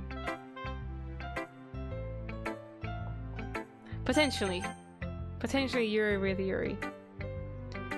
But yeah, Sayori is like the main character doesn't seem to understand it, but Sayori is giving all the hints that she doesn't want to get a boyfriend because she wouldn't be allowed to have the main character be so close to her and blah blah blah, and then she asked a question about if we would still walk home with Sayori because we were neighbors or something. If Yuri asked the main character to walk home, and we said that I'll probably walk Yuri home because I figure the walk with Yuri that happens like every fucking day after club. And ever since that answer, Sayori has now turned into like, you can go have fun with everyone else. I mean, they're probably better than me, and you can just throw me away now. I'm not needed anymore. What the hell? Even.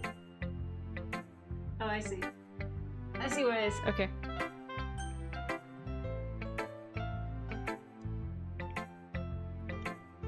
Anyway, so let's show our poem, which is a 20 out of 20 well-made poem for Yuri. But let's show it to Sayori first. Let's see if she's still pouting. Let's see if she's still fine. It's nice, I guess. Come on, I can already tell you don't like it. Well, you don't need to worry about what I think. See, she's being all... I don't matter to you anymore. Without the main character understanding. After all, you wrote this for someone else, didn't you? For Yuri. Maybe. Eh? I didn't write this for anyone specifically. Maybe. That's not really what I meant though. But it's okay. You're making new friends, just like I was hoping. That makes me really happy. And you're happy too, right? In this club? So yeah, so Yuri's the one that dragged us into this club. Pretty much. Well, of course I am. Good. It's all that matters to me. Thank you, Larry. Sayori.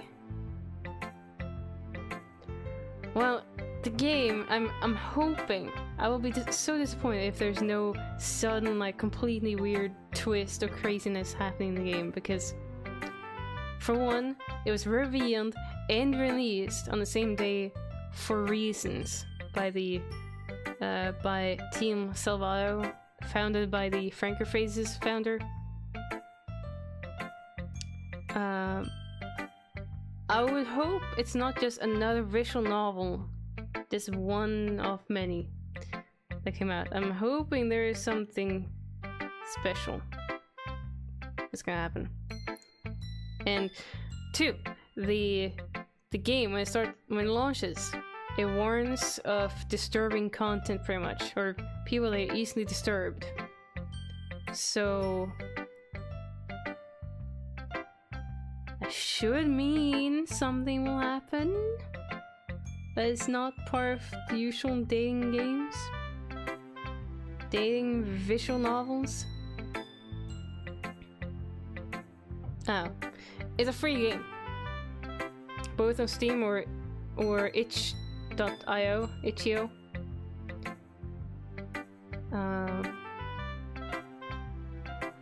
But even though it's free, I won't be kind of disappointed if there's no crazy turn of events.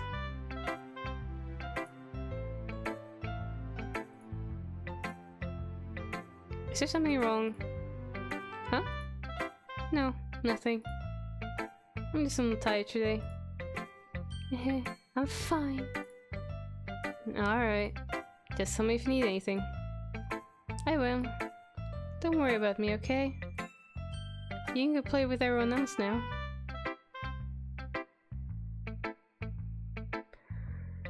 Am I gonna cause her to commit fucking suicide or some shit?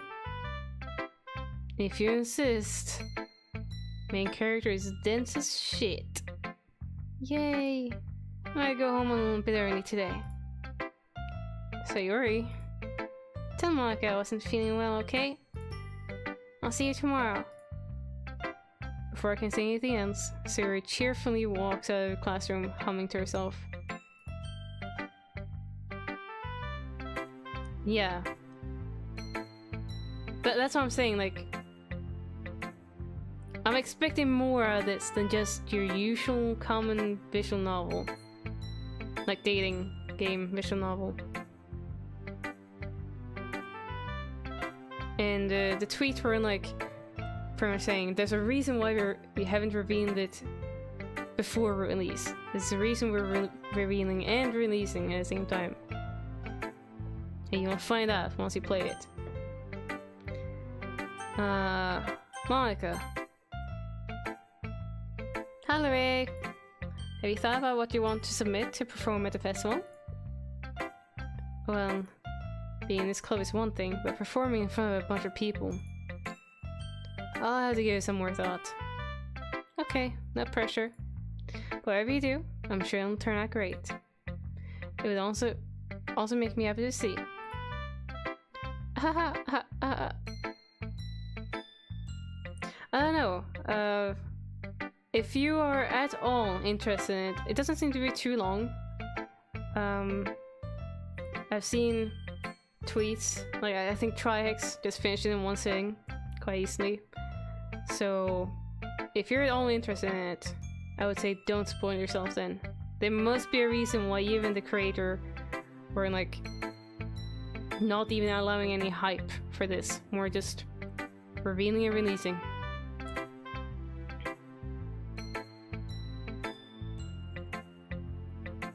But I will be very disappointed if there's no interesting twist, turn of events, or whatever.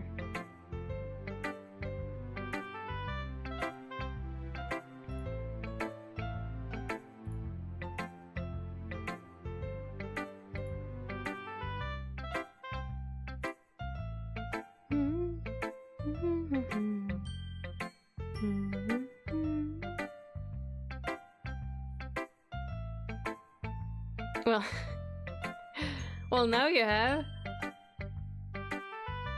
He even has a fucking 10 emote for Journo. But anyway, like I said, it's free. It's free to download, whatever. If you now might have a desire to get it and try it out, then I would suggest not spoiling. Jeez.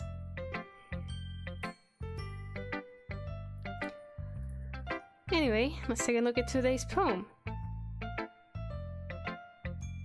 Oh my god, comfy. Oh my god. Fucking 10. That's probably from the game where Journo is suddenly just 10.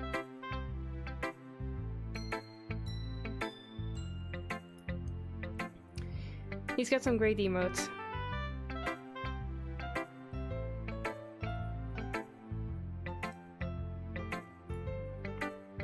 Sure. I'll let Monica take the poem I'm holding in my hands. This one's good. It feels like you're not only getting more comfortable with your writing, with your style, but imagery is better than the last one I read. Just wondering, but have you been finding inspiration in Yuri's writing style? I guess so. You can't deny that she's talented. We're trying to write a poem for Yuri after all. Yeah, totally. I think her poems are the most romantic.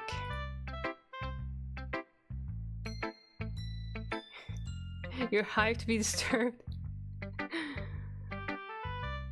Was your 3-hour nap good?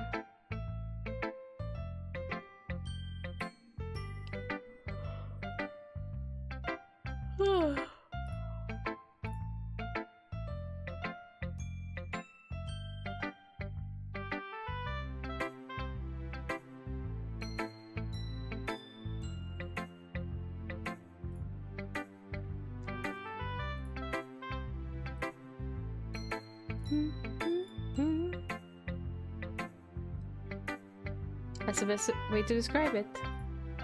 She's like a totally different person when she picks up a pen. I noticed that too. Or when she's talking about literature, it's like a light turns on inside of her.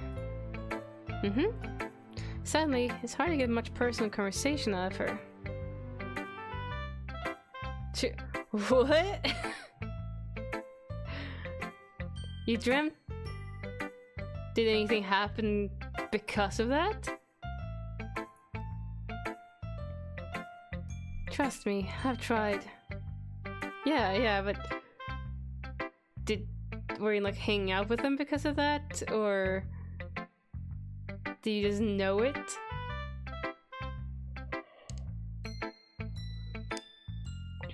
Who knows what goes on in the head of hers? I hope you don't mean that in a bad way. Nothing at all happened. You're slightly distantly related to Osborne family, and that's it. Huh. Hey, Briggy. How are you doing, Briggy? You lurking?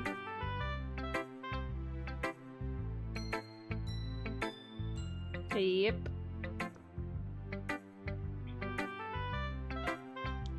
You were just casually hanging out with them, with the Osborne family? That's it? A phone to be sold? What, are you selling a phone?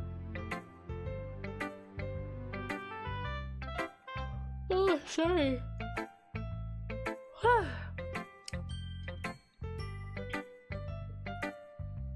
Also, Monk, have you been checking out the Twitch extensions below some channels, or in some channels even?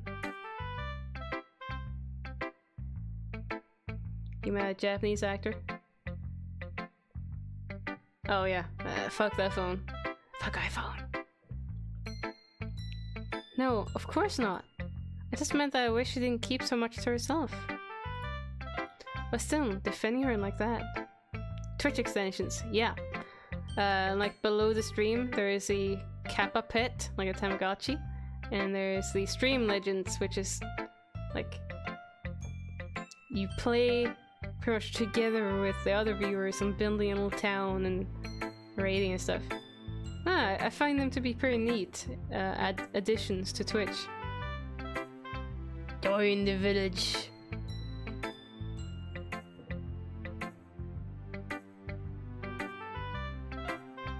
And it's across. You keep a character across all channels that use Stream Legends.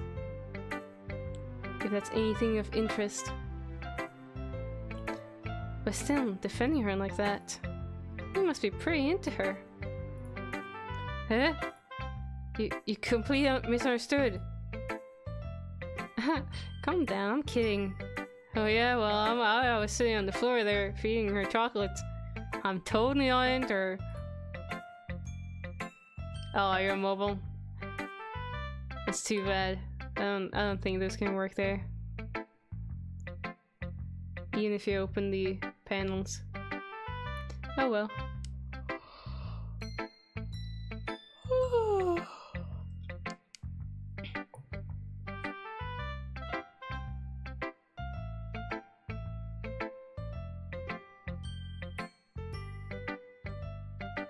Oh, on mobile but open browser. Okay, yeah.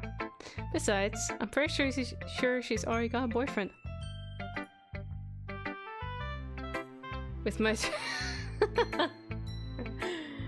so fucking weird. Wait, really? Yeah, a fictional one anyway. Oh, okay. Micah kind of whispers that last part to me. It's just a hunch, but well, there's not really anything wrong with that. Oh, well, I know. That's a saying. Anyway, I'll share my poem with you now, alright? Alright. The Lady Who Knows Everything. An old tale tells of a lady who wanders Earth. The lady who knows everything. A beautiful lady who has found every answer, all meaning, all purpose, and all that was ever sought. And here I am, a feather, lost adrift the sky, victim of the currents of the wind. Maybe, well, in her books, yes, definitely waifu or husbando. Day after day, I search. I search for little hope, knowing legends don't exist. But when all else has failed me, when all others have turned away, the legend is all that remains. The last dim star glimmering in the twilight sky. Until one day, the wind ceases to blow. I fall, and I fall and fall, and fall even more. Gentle as a feather, a dry quill, expressionless. But a hand catches me between the thumb and forefinger. The hand of a beautiful lady. I look at her eyes and find no end to her gaze. The lady who knows everything knows what I'm thinking. Before I can speak, she responds in a hollow voice. I have found every answer, all of which amount to nothing. There is no meaning, there is no purpose, and we seek only the impossible. I am not your legend does not exist. And with a breath, she blows me back afloat, and I pick up a gust of wind. You know, I feel like learning and looking for answers are the sorts of things that give life meaning. Not to get too philosophical or anything, it was kind of on my mind, so that's why I wrote about. I see. I never really put that much thought into it. That's an interesting poem. As she wrote. In a way, it's almost paradoxical. Because if you had all the answers, wouldn't the world start to lose its meaning? You know, there's one thing I noticed. It seems like everyone in the club prefers to write about things that are more sad than happy. Are you surprised? I mean, if everything was okay, we wouldn't really have anything to write about, would we? Humans aren't two-dimensional creatures. I think you'd know that better than anyone. You mean one-dimensional? One-dimensional? Yeah, that. Anyway.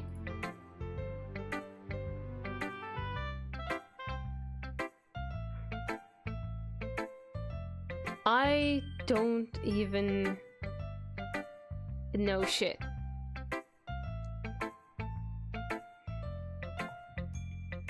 Oh god, is she gonna tell me some tip about the game again? Last time she was like, make sure you save before some decisions or... And what am I even talking about? It's a quote. Okay. Let's see. Here's Monica's writing tip of the day. Are you ever too shy to share your writing because you're afraid it's not that good? It can be really disheartening to get a lukewarm response to something you put so much into. But if you find other people who enjoy writing, then sharing becomes a lot easier.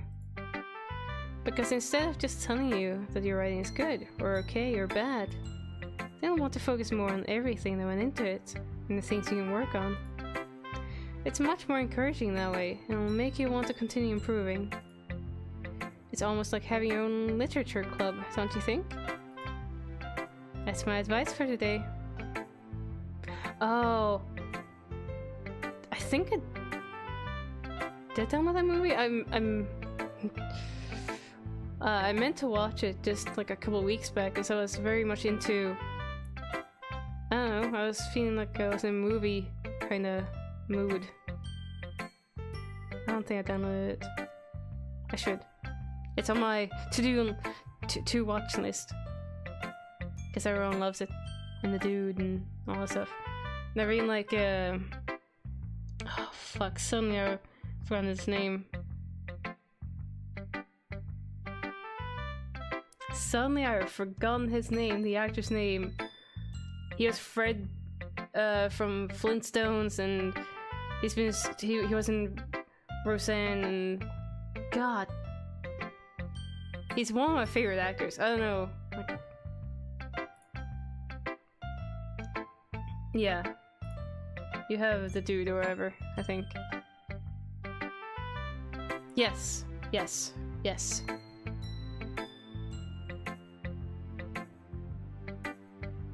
Is it John?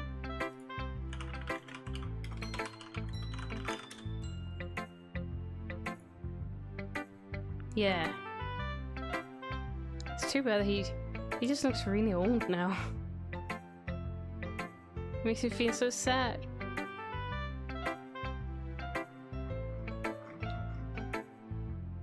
But I think also it might be he's lost a lot of weight, it looks like. Dude. In everything I've seen him in, he's so fantastic as an actor. And I've seen clips here and there, like highlights of the movie, the Big Lebowski or whatever. Lebowski. And goddamn, he's good.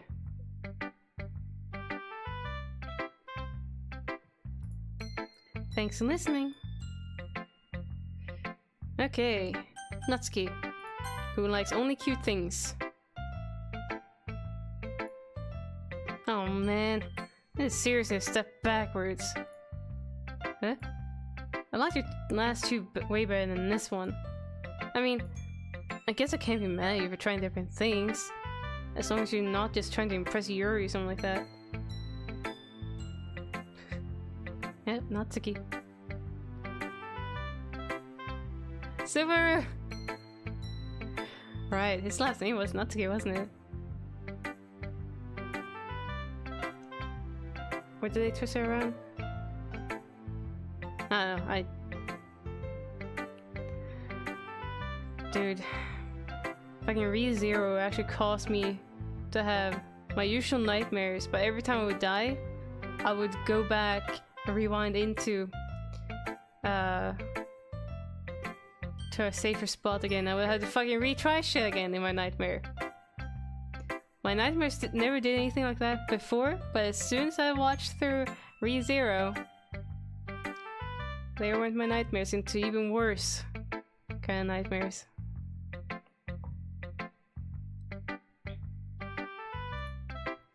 Gross. Okay. Like I said, I'm allowed to try new things. Why are you so emotionally invested in my poems anyway?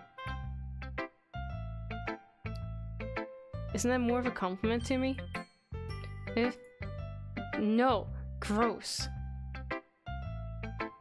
It's not that I care. It's just that one of us in this club has to make sure you're not slacking off. Really? Well, what if you end up just scaring me away? That's... it's not like you would actually do that. Yeah, you're right. It's kind of fun to hang out here, even if I had to put up with you. Gah. Yeah, she is tsundere as fuck. Natsuki's elbow connects with my stomach. Case in point. Oh, maybe I won't mind scaring you away at all, after all. I was just joking. Oh, I know. Don't worry, I was too. Ah!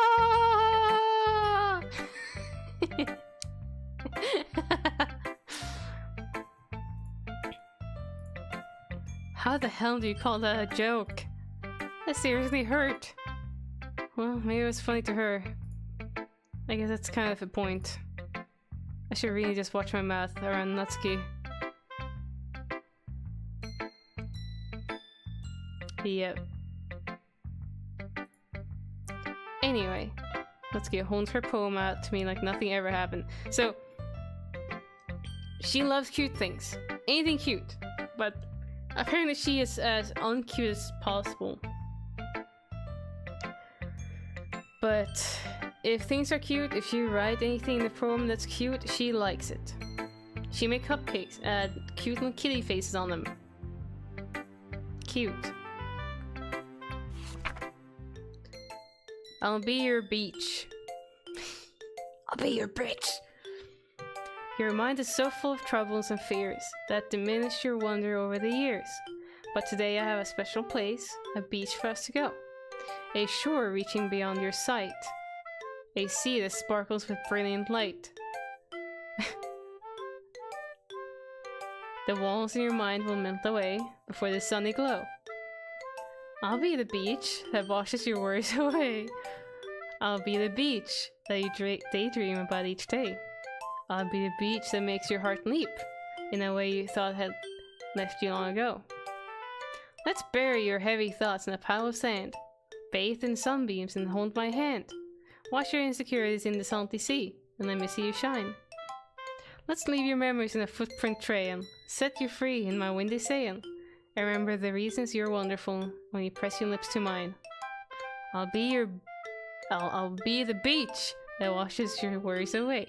I'll be the beach that you daydream about each day. I'll be the beach that makes your heart leap in a way you thought had left you long ago. But if you let me by your side, your own beach, your own escape, you'll learn to love yourself again.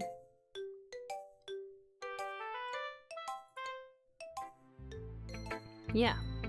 I felt like I kept writing about negative things, so I wanted to write something with a nice message for once. Besides, the beach is awesome. Kinda hard to write anything negative about the beach. So you decided to write about the beach first, and then came up with a message later? Yeah, well, it's only because of what happened yesterday. I mean, after Yuri and I realized we kind of wrote about the same thing, she wanted to pick a topic and have us both write about it or whatever. Ugh, you can really see her doing that too. Making us write about a simple topic, then trying to impress me by coming up with something all fancy. Well, it's not like I care. I just did it anyway, baka. I I mean, I guess mine ended up being kind of metaphorical too. But there's nothing wrong with doing that once in a while. At the very least, it was good practice. Okay, let's show our poem to Yuri, who I tried making a poem for, in a way. Lerae, your writing has only improved in these last few days. Every poem you've shown me has been nothing short of spectacular. I can really feel the emotions. I'm a little envious even. I don't think it ever came to me this naturally. Yuri, that's the wrong way to put it. This never did come naturally to me. But I've been able to improvise so much thanks to you. Well, improvise. I've been able to improve so much thanks to you. You're really the example I was chasing after. Is that so? Yuri gently smiles to herself. This feeling...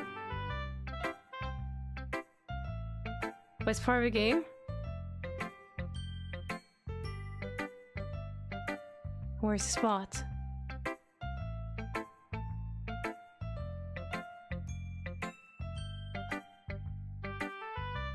Now I know what spot it is.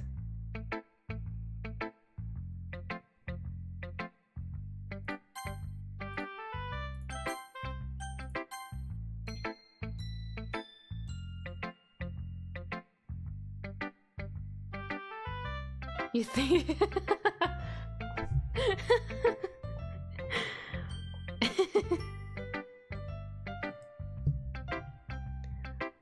This feeling. I'm so glad I got the chance to share my writing. I never thought it would feel like this. I remember you mentioning that yesterday. I can't believe that you're so good at something and you've never even shared it with anyone. It's kind of a shame. Maybe, but it's not like I really had a choice. What do you mean?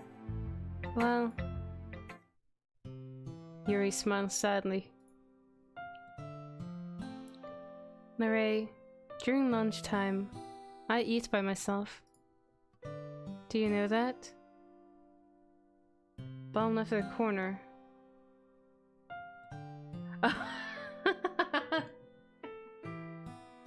This little thing here?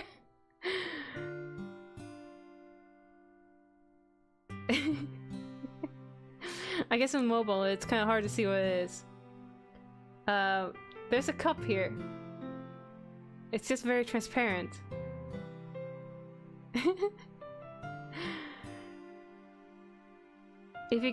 Because it's so small on your end, I'll just tell you what it is. It's my little avatar. My avatar on Twitch. In a very tiny, like in a tiny follow thing. Yeah, it's a bit cup, except with follows and stuff too, because follows are pretty fun to see. Yeah, look at that. It's a little cup.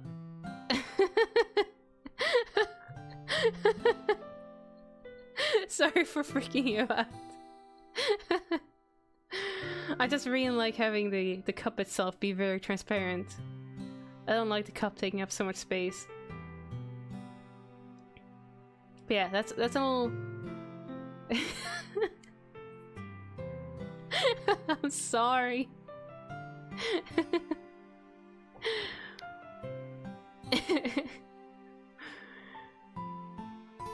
Yeah. It's not even part of the game. It's my little avatar. I think it's upside down currently.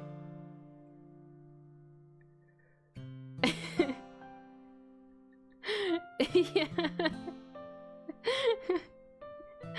I don't mean to troll at all. Really on accident. I'm sorry. Okay. Did you know that? It's a great time to find a quiet spot and do some reading. In fact, I always have some books with me.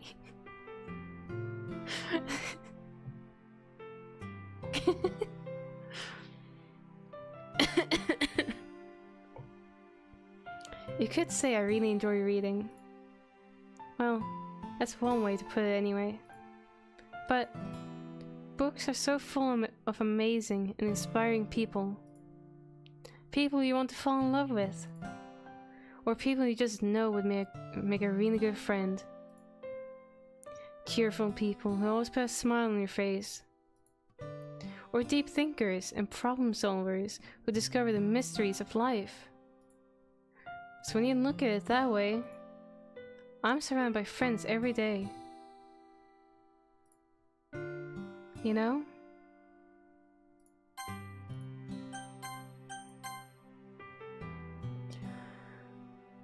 Potentially. And those friends don't laugh at me. They don't tease me for spacing out all the time. They don't make fun of my body type. What, big boobs and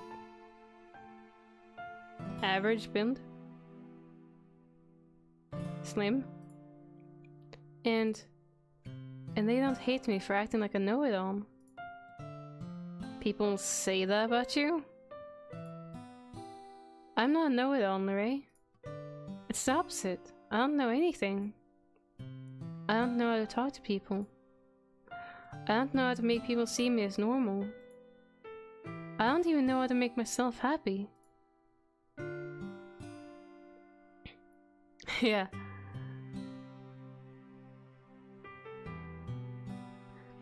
I have all these feelings, and all I can do with them is read and write.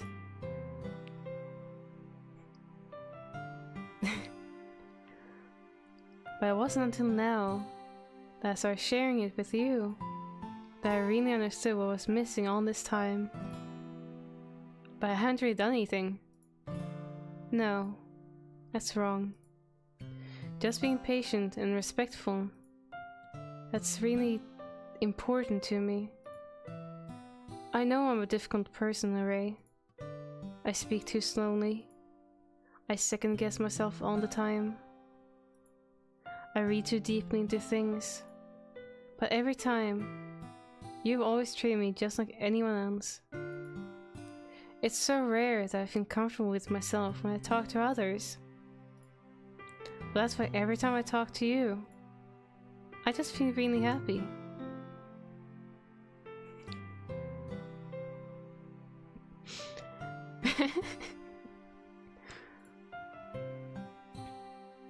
I might continue giving her this voice anyway.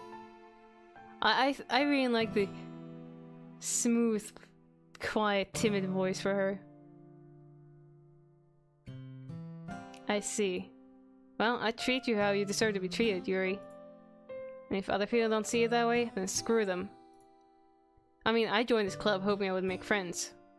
Oh yeah? We initially went here for cupcakes.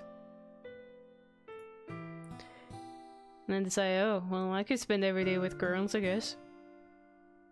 Now I would say I've had at least one success. Wouldn't you? If you put it that way. Yeah. We really are friends now, aren't we? Oh, don't smile too. Yuri puts her head in her hands. But this time, she's smiling as she does it. Do you want to show me your poem? Yeah. I do. Let me get it for you. Beach.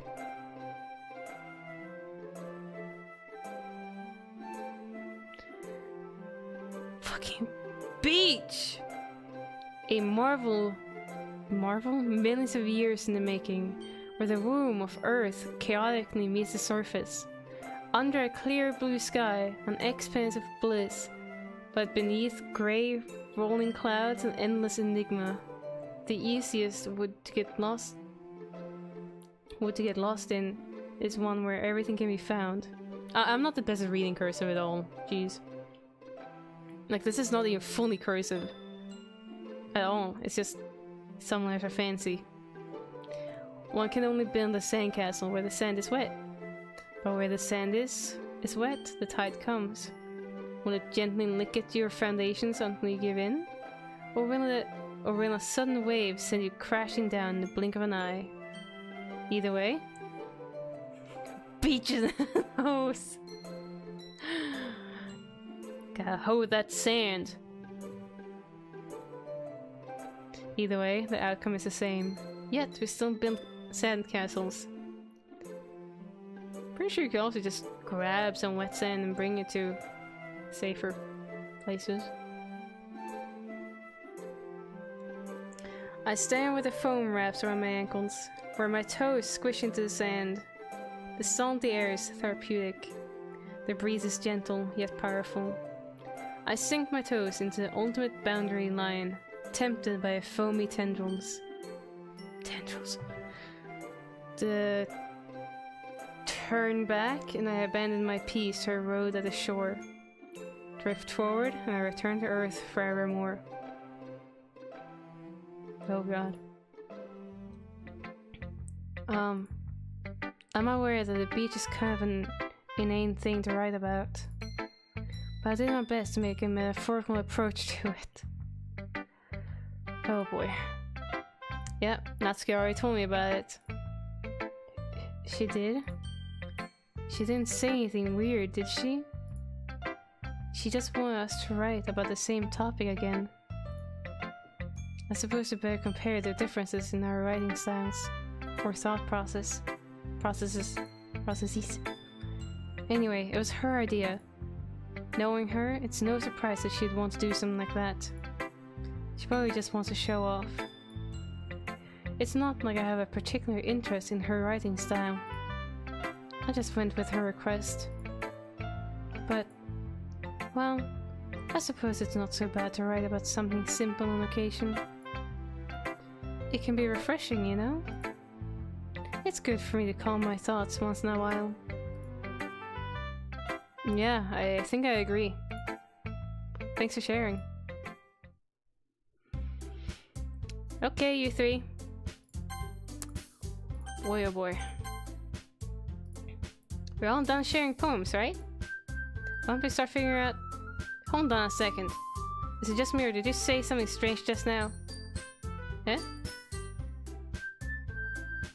Something did sound a bit unusual. That's right. You deviate from your usual catchphrase when addressing the club. Catchphrase? I don't have a catchphrase. Jeez, why is the mood so weird today? Look, even Yuri isn't immune to it. Ugh. Stagnating air is common foreshadowing that something terrible is about to happen. What?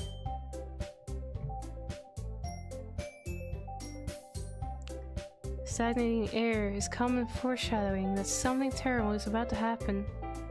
Okay. We're taking fucking tropes and shit. In your books, maybe. Look, the only thing different is that Sayori isn't here. Right, she left early. She gone, dude. She gone. Forever. She went back to Earth. Became one with Earth again. It seems you're right.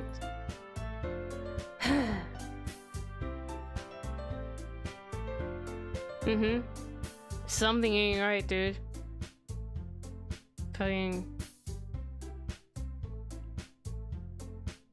One of my first thoughts were like, these four are gonna kill me.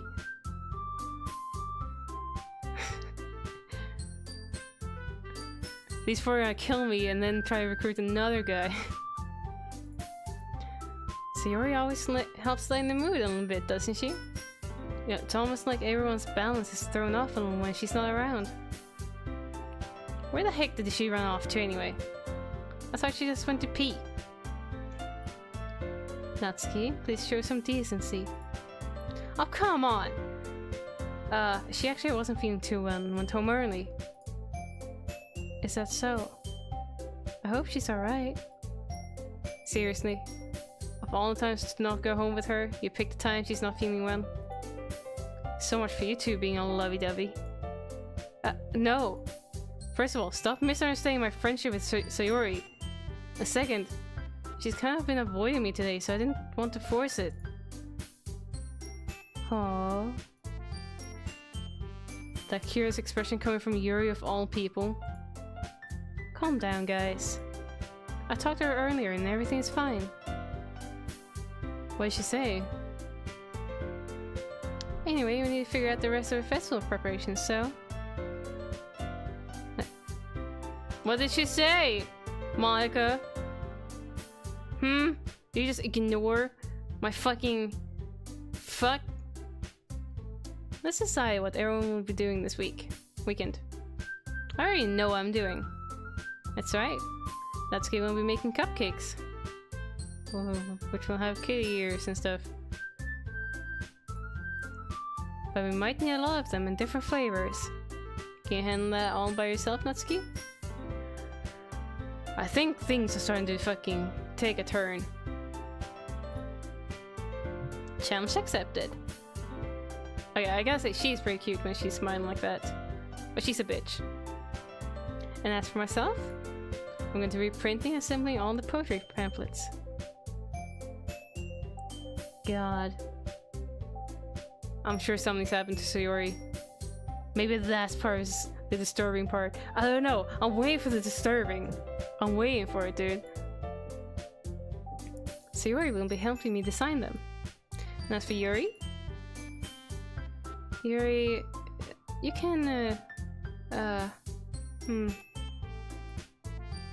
Guys? Can you come up with something for Yuri?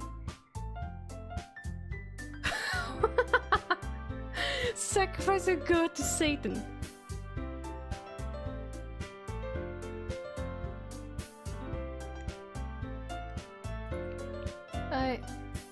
I'm useless. No, that's not it at all. You're the most talented person here, you know? Oh. Now Natsuki's poeting too? Jeez, even I can tell now. Guess I never gave Sayori enough credit, but I can tell things are even harder on you when she's not around. That may be the case. Nice moves, Monica. But if I can't also be a leader on my own, then I won't grow as a person. So, Yuri, you have beautiful handwriting, you know? So you should make some banners and decorations to help set the atmosphere. Jesus, the lighting on Monica's fingers just startled the fuck out of me. I thought she had fucking giant ass claws. Oh my god. I guess I get it's lighting, but my god, I just looked up and saw just long fucking nails as claws. Anyway, to help set up this atmosphere.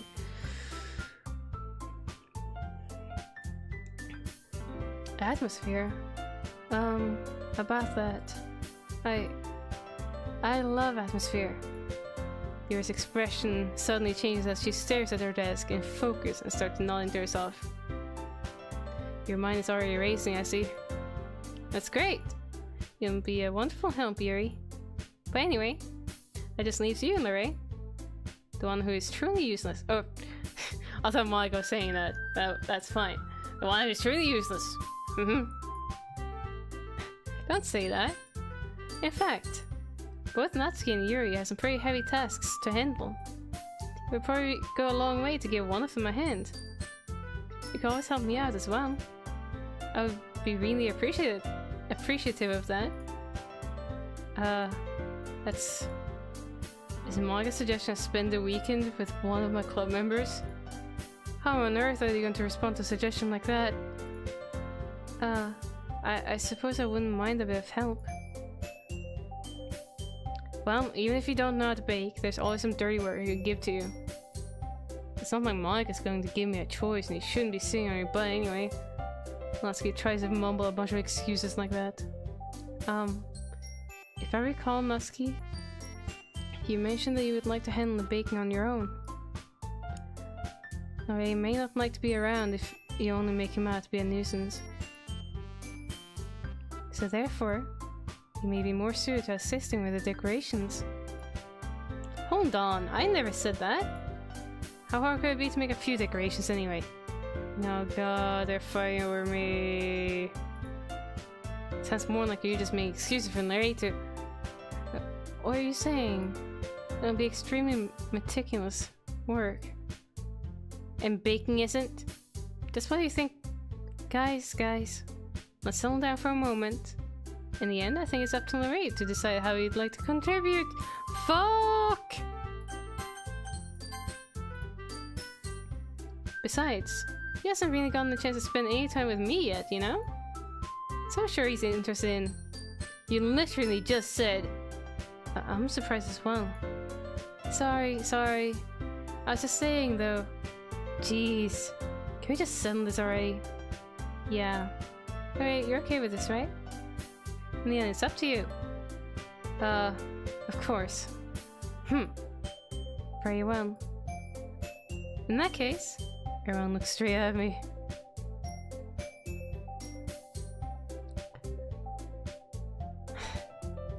Oh god. Please no. Should I actually... Well, what do you think I should actually do, Monk? Preston Monk.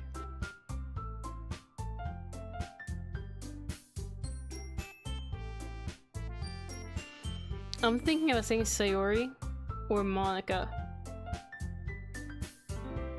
I feel like I don't want to go 100% just on Yuri, fucking shoving a D in her face all the time. Or, should I? Should I really just be shoving my D all over her face? I feel like I'm gonna be on really bad side of all the other girls. Monica would be like a neutral choice, I feel like.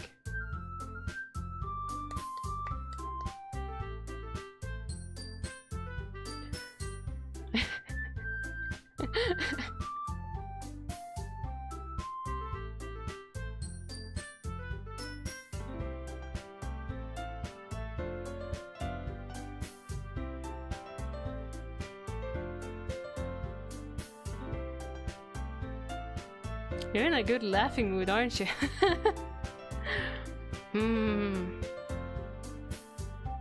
Wait, for me, it's between Yuri, Monica, or Sayori. Fuck Natsuki. Guess saying the ship true? As in I gotta go with Yuri? Okay, are you saying Yuri? Okay. Well, I'll probably be most useful in helping out Yuri. Me? Are you serious? Why would you... Natsuki? Okay, alright, telling you about to say something mean. No. I was just saying... Ugh. So, you'll be helping Yuri then, Larry? I guess so, yeah. I'm pretty sure Trihex, though, also did the Yuri. She is just best girl. Monica, second up there. Then I think Sayori, and then Bumblefuck is Sayori. And then Shitty Fuckface. Last place.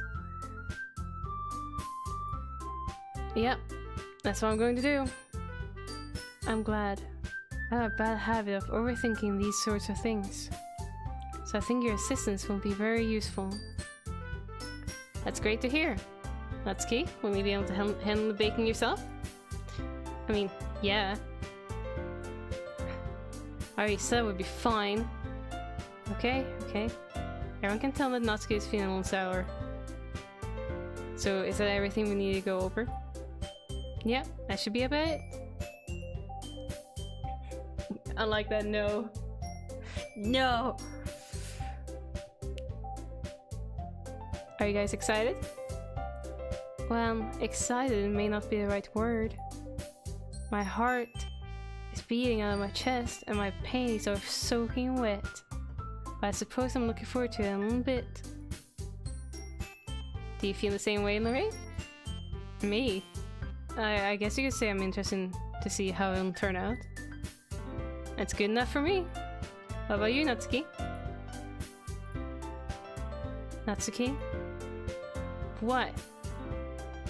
Why is everyone yelling at me? I didn't even do anything. No.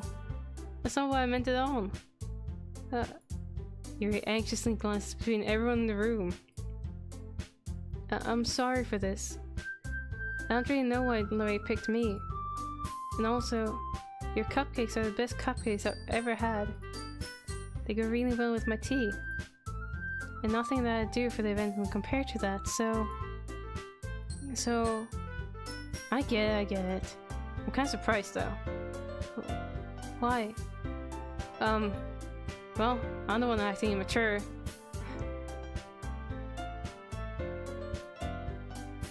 I already know that. Why are you trying to cheer me up all of a sudden? I know I'm not very good at it. I'm sorry if I said something bad. Natsuki isn't the only one surprised. Monica and I are also taken aback by Yuri's words. But she already has trouble with words. Trying to cheer someone up must be far out of her own comfort zone. But I begin to understand. Yuri was trying to sound like Sayori. Even if it didn't work perfectly, I can tell that she tried to say something Sayori would say at a time like this. You don't think you can play Bastion? Bastion? Wow. That game? How come?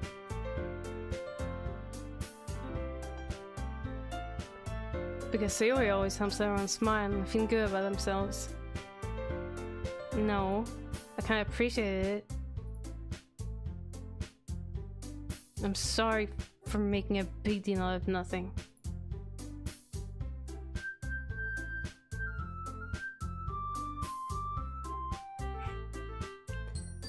But I'm going to say this. You better bet that my cupcakes are going to be the best part of the whole event.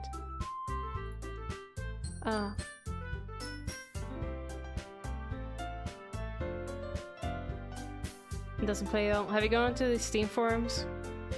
See if there's a Steam discussion on that part, specifically. I believe you. Yeah. I hope to see everyone do their best. But with that, there's nothing more for today. I am worried about... Oh my god. References. I'm gonna go pee, so I'm leaving you with a slight cliffhanger of maybe disturbing part, maybe not. I don't know.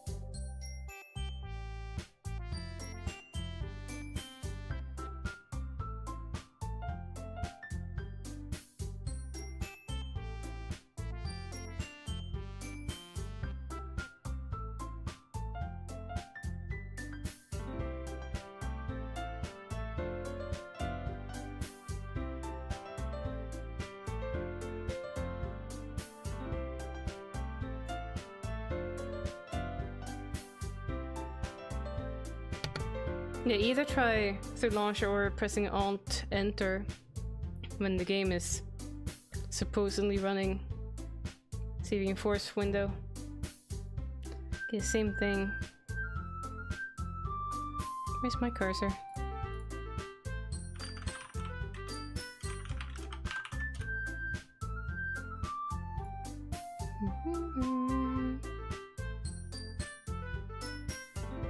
Do you have multiple monitors?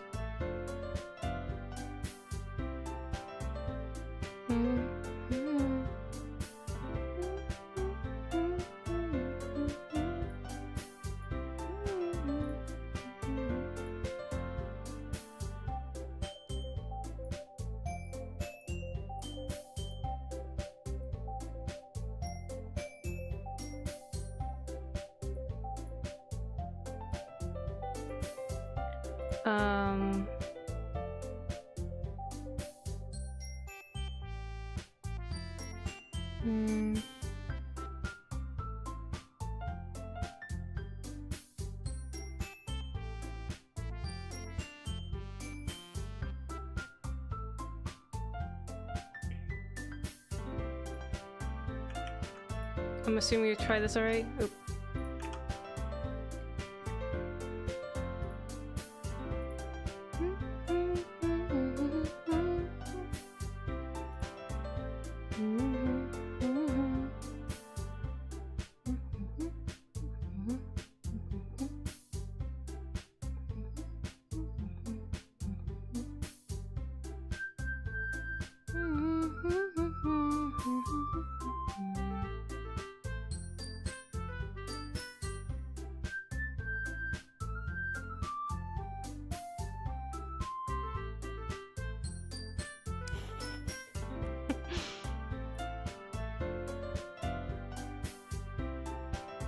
Did you set it to manually? Trying the W for width?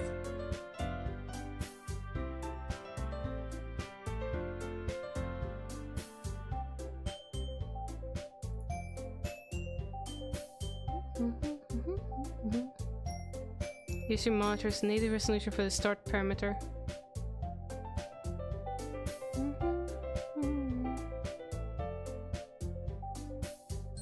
Oh god. Well, that might be why it's like coming to a halt, screeching to a halt.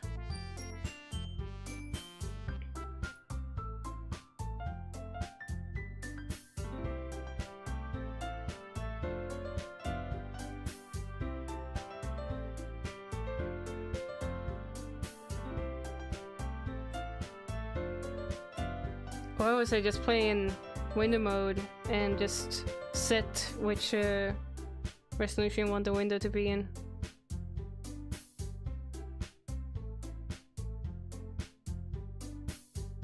Okay. I mean, you could try at least 1080. At least. Because that's pretty small on 4K, I'd say. Yeah, 720 is small. Do at least 1080. At least. 1920 by 1080. There's nothing more for today. So I guess it's time for us to head out. Alright, let's get out of here then. Everyone packs up their things. So let's check out Sayori. Let's hope she's not hanging somewhere. I sort of follow Monica and Natsuki at the door as they chat between each other.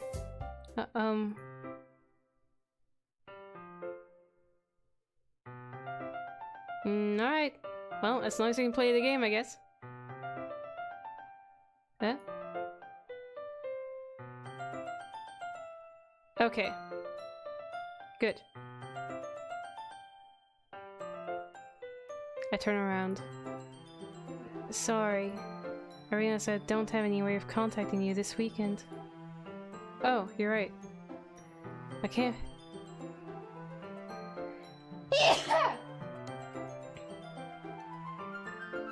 Sorry. I can't believe that slipped my mind.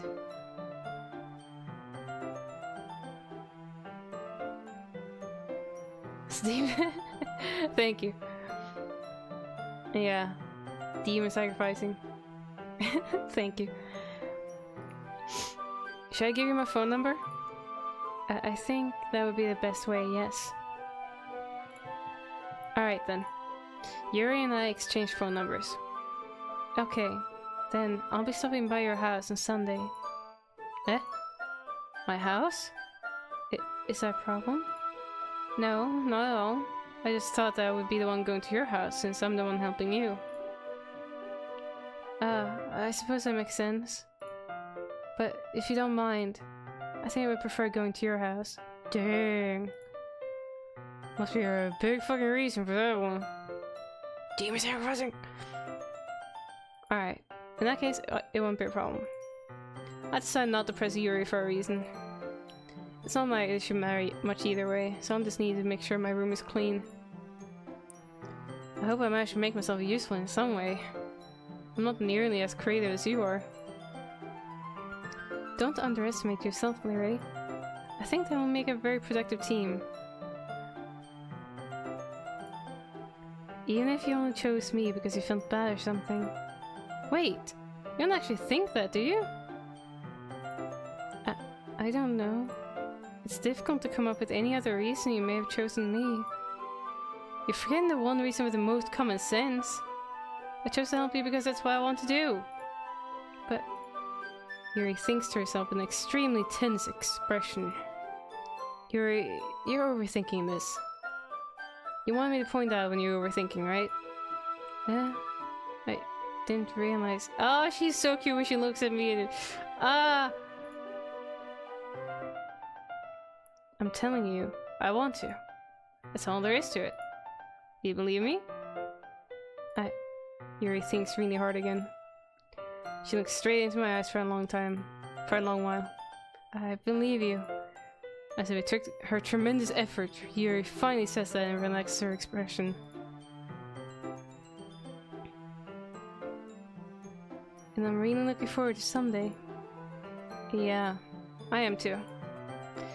After the exchange, I make my way out the door and Yuri follows.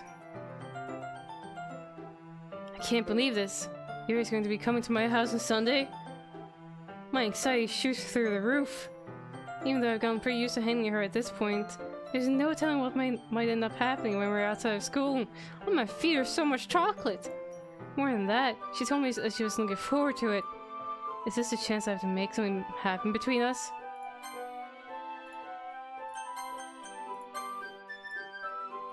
Or is it too early for that? Only time will tell. But until then, I won't be able to take my mind off it. I seriously can't wait.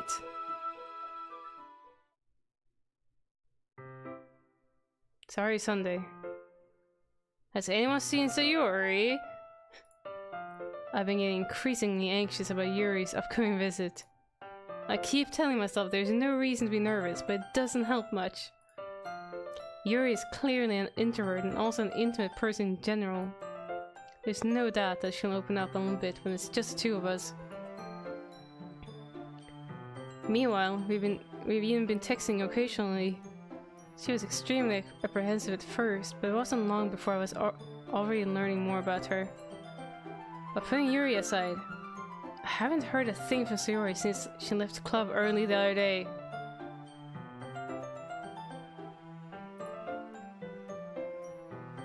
It's not like we text each other all the time or anything, but I've been worried about her in the back of my mind. Between what Sayori said and what Monica said, is it really okay for me to put Sayori's feelings aside when she might need me?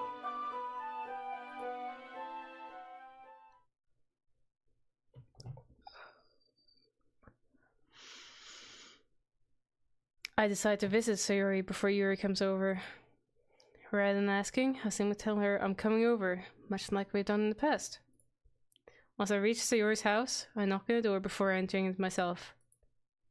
Again, we used to play so often that we made a habit of simply entering each other's houses like we were family.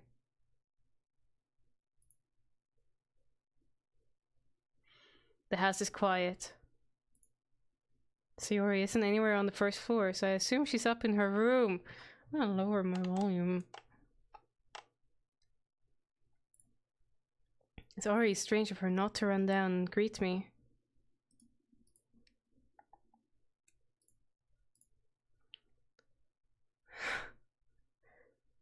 I head up to her bedroom where I finally find her.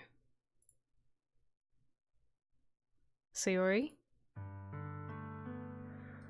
Whew.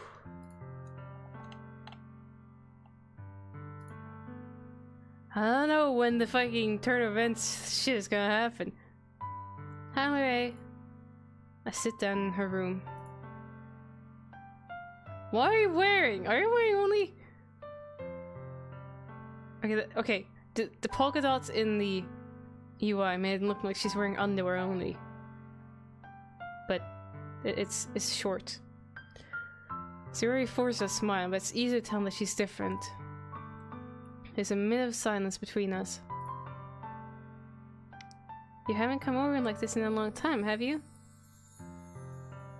I guess you're right. It has been a long time. Not much has really changed, has it? Sayori's room is as messy as it's always been. I also recognize the same stuffed animals and wall decorations that she's had for years now. I like this cow. If you came over more often, it wouldn't be such a mess. That's because I end up cleaning it for you. How come you suddenly wanted to come over today? Aren't you supposed to see Yuri today? Yeah, but... Wait, how do you know that? Sayori had already left by the time we decided that last meeting. Monika told me. It's only natural for her to keep me informed about the festival preparations, right? That's true. But what about you? Aren't you going to be helping Monika today? Of course. I'm just helping her online. We didn't plan to meet up or anything. So it's just me and Yuri then. Yep. There's more silence between us. Sayori stares in a random direction. Everything about her behavior is really uncharacteristic. I finally get to the point. I just wanted to see how you were doing. After you left on Friday. When something's wrong, you can't hide it from me. I know you too well. Oh yeah? So, Sayori smiles, shaking her head. That's no good, Larry. Huh? Why can't it just be like it's always been? This is all my fault. If I didn't get so weak and accidentally express my feelings, if I didn't make that stupid mistake, then you wouldn't have been worried about me at all. You wouldn't have come here. You wouldn't have even been thinking about me right now. But this is just my punishment, isn't it? I'm getting punished for being so selfish. I think that's why the world decided to have you come over today. It just wants to torture me. Heh. Sayori! I grabbed Sayori by the shoulders. What on earth are you saying? Are you listening to yourself right now? I know something happened to you. There's no other explanation for you to be like this. As a main character's dins. Unless there's a fucking twist that I am not aware of. So tell me already. Until I know, I won't be able to stop thinking about it. Sayori gives me an empty smile. You really put me in a trap, Larry.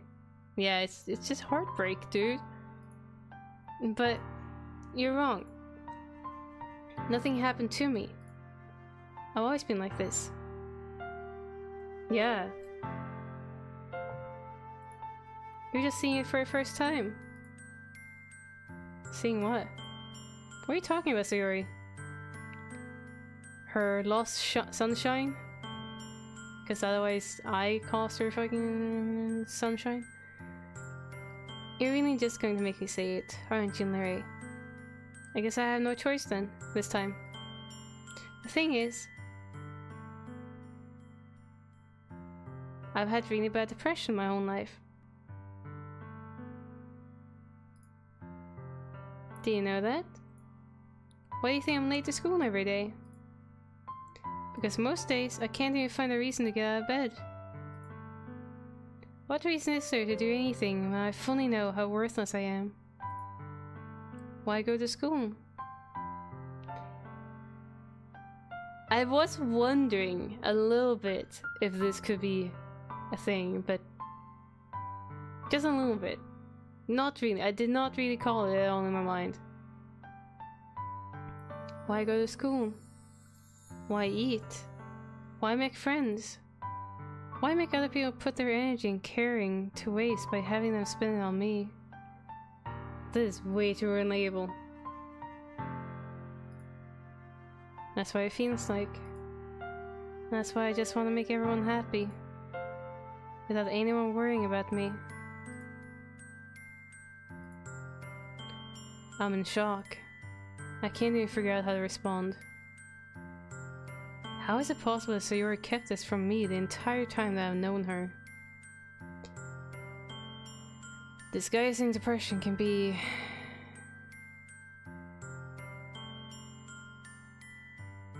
tiresome. Did she really want so badly for me to just not think about her? Oh, come on!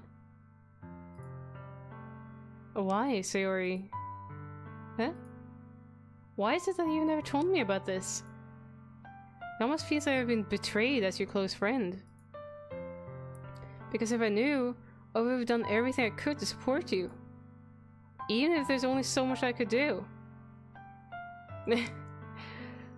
I guess. I mean, I feel like discussing depression can be depressing. Like I don't do well discussing it because I end up feeling depressed because someone else might be depressed. I have chronic depression since many years ago. But I don't hide it or anything. I cope.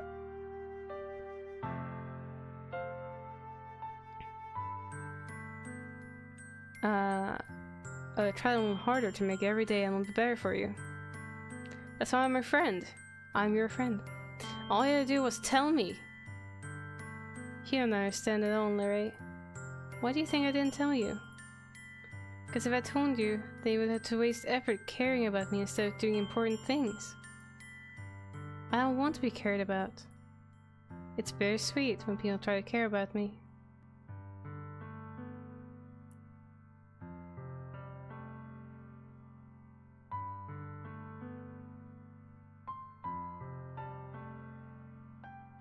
I like that depression gets talked about more and more nowadays. It is good.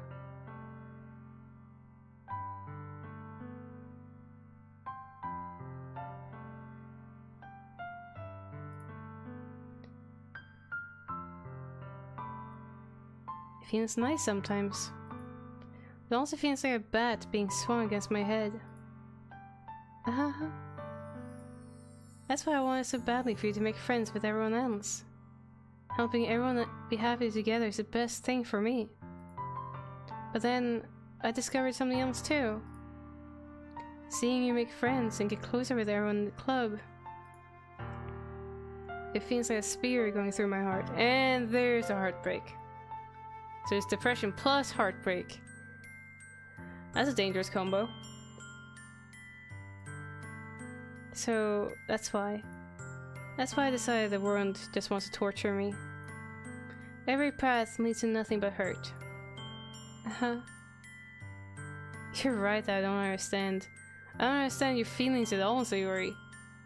But I don't need to understand. Whatever it takes for me to help you stop hurting, that's what I'll do. No, Larry. There's nothing. Nothing at all. The only thing that could have helped is if everything could be like it always was. But I was selfish. Yeah, exactly. I was expecting her to be hanging too. I was really expecting her to be hanging. Like that's the one thing I expected. Secondary, goat sacrifice because of you. But I was selfish. I finally showed you what a horrible person I am. Tears streaked down Sayori's face. Oh. I made you join the literature club because I was selfish. Potentially, Nub. Or while we're here still, who knows? And I was punished by my heart hurting in a way that I couldn't understand. And now you came here and I made you hurt too. I'm just weak and selfish. That's all I am. And that's why I'm going to accept these punishments. Because I deserve every last one. Without thinking, I once again grabbed Zero's shoulders. This time, I pulled her into a tight embrace.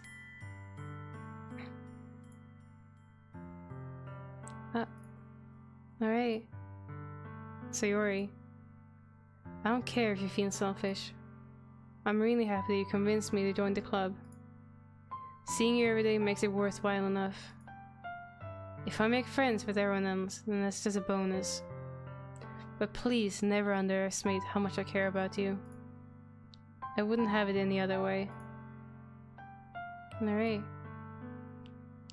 Sayori isn't hugging me back.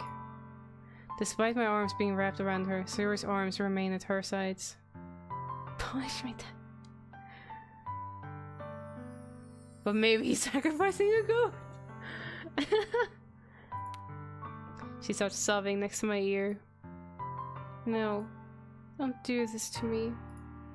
Please don't do this. Yeah. The main character really is thick when it comes to the heartbreak part. Alright. Sayori barely manages to speak between her sobs. I don't know if I'm doing the right thing, but all I want is for her to know that I care. If you have it in you to call yourself selfish, then you have to let me be selfish too. No matter what it takes, I'll figure out what needs to change. I'll make these feelings go away. And if there's anything that you need me to do, then you'd better tell me. I'll get mad if you don't. Kill me. I don't know. I don't know. Gently, Sayori finally puts her arms around me in return. I don't know anything. It's all really scary. I don't understand any of my feelings in a way. The only time I'm not feeling nothing is when I'm feeling pain. But your hugs are so warm. That's really scary too. Sayori lets me go. As she does so, I let her go as well. The festival is tomorrow. Yeah. It's going to be fun, right? Yeah. How would you like for me to spend it all with you? Dense motherfucker. That's what I want. I promise. I think that would be nice then. Yeah. Sayori wipes her eyes. If I could spend the whole day here, I would. If I could spend of all days, this has to be the one where I have other plans. Maybe I should cancel. No, don't. Please don't. If you did that, then I really wouldn't forgive you. But it's almost time for Yuri to meet me at my house. At the very least, do you want to come along and help out? It'll be fun. To my surprise, Sayori shakes her. That's a surprise? Sayori shakes her head. I'm sorry. I don't know if that would be very good for me today. You understand, right? It's kind of hard for me to fully understand. I'm trying my hardest. That's okay. Don't worry too much about it. I'll see you tomorrow, okay? Well, you will be dead tomorrow.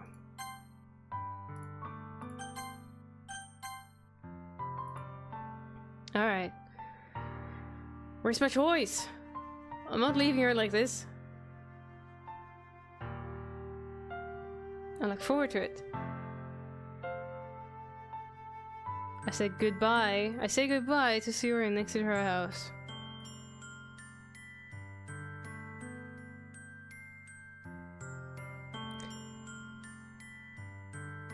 On the way home, I find myself still feeling uneasy. I wonder why! Why are we dead? No one's home. It's only you, fucking Sayori, dead. And then no one will be home. Reincarnated in a fantasy world? It's a polar bear? What?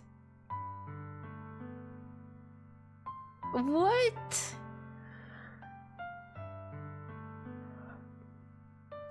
It's hard for me to keep thinking about it when Yuri's about to come over too. Okay, your really close friend needs you right now. Even through the heartbreak, you should probably just spend the day with her to keep her safe from herself and not walk after your dick. I think Sayori's right. I shouldn't be worrying too much, and we're definitely going to have a great time tomorrow. I should just focus on what's ahead of me. As I approach my house, I see something that makes me feel a moment of panic. Yuri! Oh, swear puppies.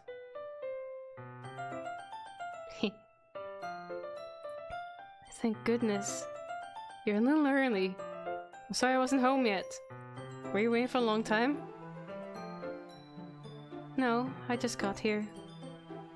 But I started to get really nervous when nobody answered the doorbell. You always could have texted me. If I'd known, I would have reassured you and hurried more on my way home. I suppose that's true. I didn't think of that for some reason. It should be common sense to do that, but I decided to ignore it. Anyway, let's go inside. I see you brought a lot of stuff with you. Yeah, I mean, she would never tell me, but she probably fucking waited 2 hours. Wouldn't surprise me.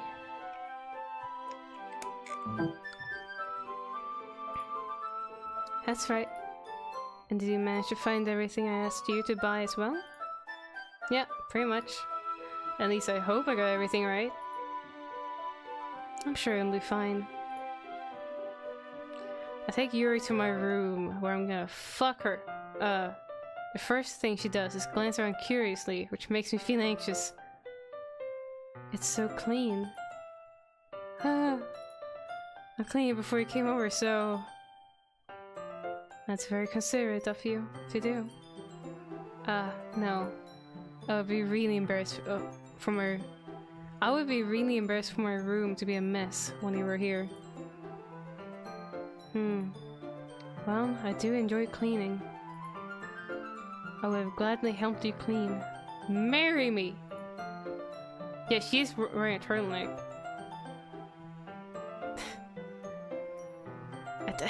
A tactile... All I am concerned with is that we are having swear puppies.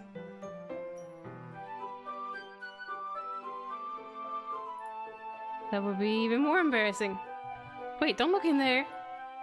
I snatched Yuri's wrist, which was in the process of opening a desk drawer of my— That's rude! Don't just open the shit! I'm sorry. I wasn't thinking for some reason. No. I tried getting to Archer. But, I don't know. I've gotten busy with other things multiple times instead. I can definitely see that, that kind of humor from that reference. I wasn't thinking for some reason. I was just spacing out. It's fine, it's fine. I'll let go of Yuri's wrist. What do I have in there? Fucking condoms or some shit? She puts both of her hands firmly in her lap, as if making sure she's keeping track of them. So, shall we get started? Yes. I have a few things planned that you can help with. Decorations and other atmospheric enhancements. Atmospheric enhancements? His toys.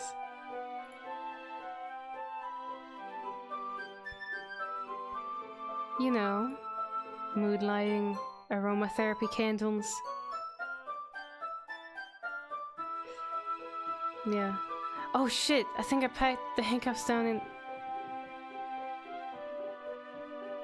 Fuck. Put them in storage. Oh.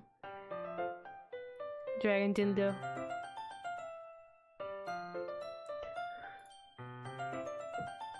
Oh wow. I didn't know you planned on taking it that far. Of course. I want to help take our guests to a faraway place. Although many will stop by just out of curiosity. And for cupcakes, I guess.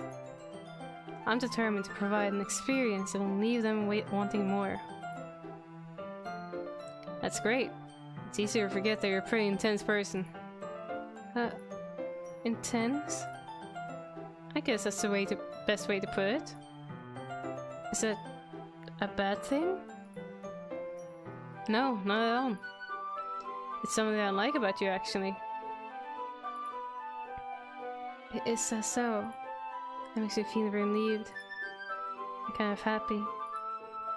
Yeah, no need to be anxious. Be so anxious. You can relax a little. Relax.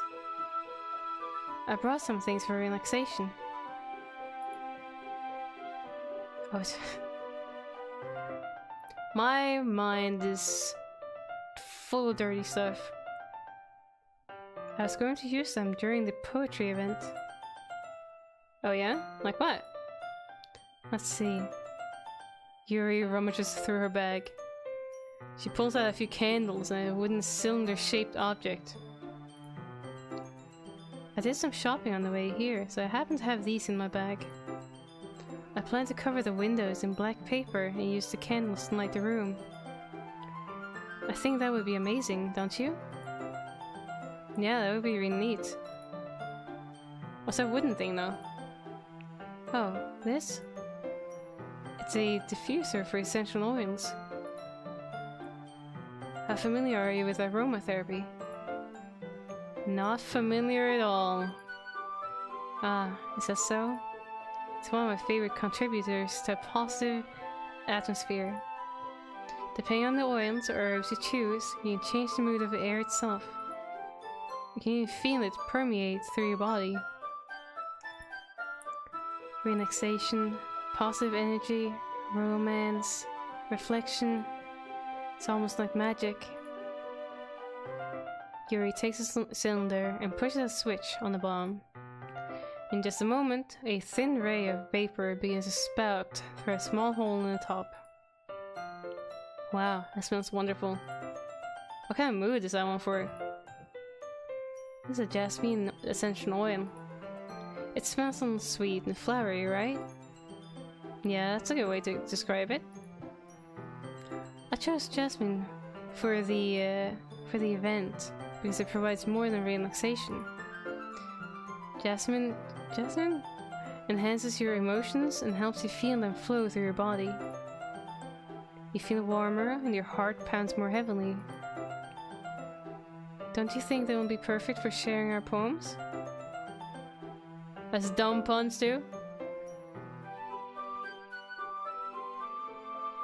I hope that in some context in it, it'll use like something, are you like polar opposites? As a lube! Oh jeez. It does sound suitable, but you seem to know a lot about this, so I'll trust your opinion with anything. Yuri smiles gently, clearly enjoying herself. She again reaches into her bag and pulls out several spools of thin ribbon. Also, as a heads up, I'll be ending the stream in about 10 minutes. Just so you know. Everything like that? No, I don't want to imagine that. I don't want to smell like a flower.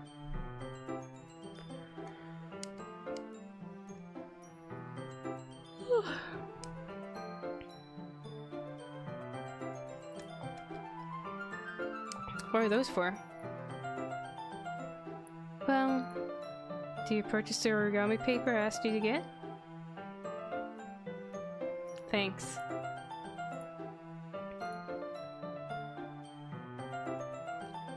Yeah, I have it over here. We won't be using the paper for folding origami.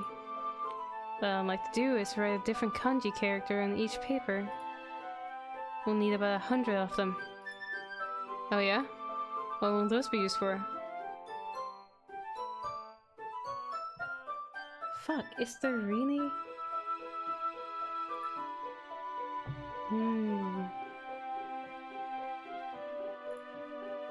Well, I'm going to cut pieces of ribbon to hang from the doorway of the classroom. Then we can fasten the kanji paper onto the ribbons to create a doorway curtain. Wouldn't that be wonderful? Be beautiful?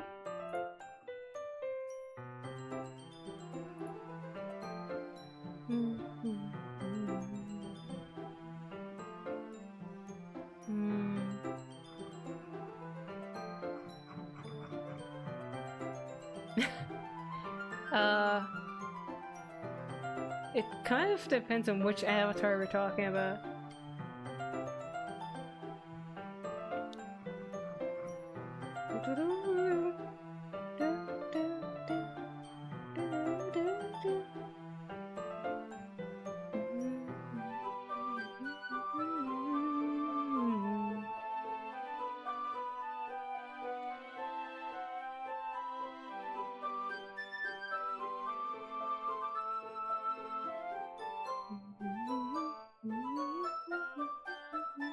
If it's just Avatar, then I guess it's the blue people movie.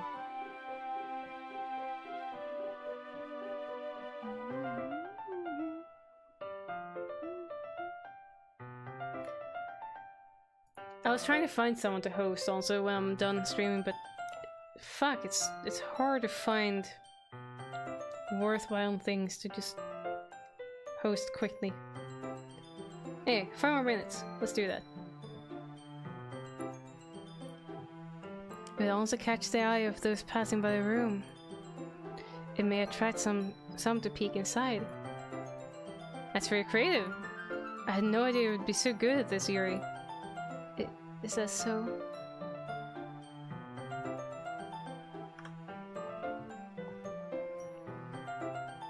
Didn't they actually try and make a movie of The Last Airbender and it fucking... It's just super shit? Am I remembering correctly? I mean, Dragon Ball was super shit too, live action. Yeah. The live action doesn't exist. Good. Good, we're on the same page there. Well, I suppose I do get on intense, as you'd put it.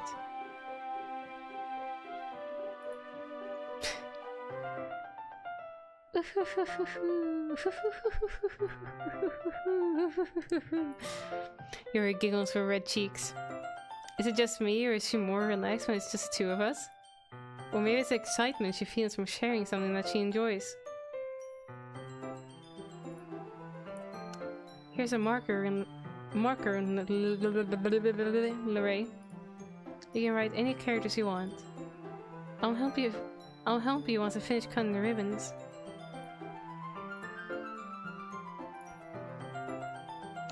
Ah, alright. Sitting on the floor together, the two of us get to work. I carefully draw a different character on each paper, doing my best to match my bad handwriting. Yuri unravels a long strand of red ribbon to her desired length. Then she reaches into her bag once more and pulls out a pocket knife. Eh? The knife is strangely beautiful, and it's going into my gut right now. The silver handle has an intricate pattern of waves etched into it. The blade itself is gently tinted blue. That's no ordinary pocket knife. Looks really fancy. Well, embarrassed, Yuri looks away. What is it? You're going to think it's weird. Yuri, whatever it is, I have no reason to judge. To each their own, you know? If you promise you won't be weirded out. Yeah, I promise. Alright. The thing is, I'm kind of into knives.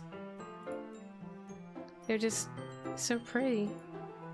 I can't help it. I don't know what it is. A combination of craftsmanship and feeling of danger, maybe.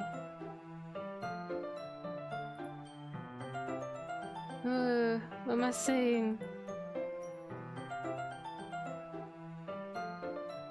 Yeah. That is a sacrificial knife! Game it! Please, don't think I'm weird for this. Ha ha ha ha ha ha ha. You're laughing at me. No, I'm not laughing at you. It's just funny how nervous you get by sharing. It's, well, it's an interesting thing to be into, I guess. But I think it kind of suits you. Suits me? Yeah, it's kind of intense. Ha ha ha ha ha. Besides, it's a really cool looking knife. I can't deny that. It is, isn't it? Your relaxer expression once again. Okay, Axion. You came in right as I was about to end. Yeah, some knives are really nice looking. Would you like to hold it? Sure, I'll check it out. Yuri carefully hands me a knife with the handle facing me. Are you supposed to only have 20? I wonder if the bot's okay.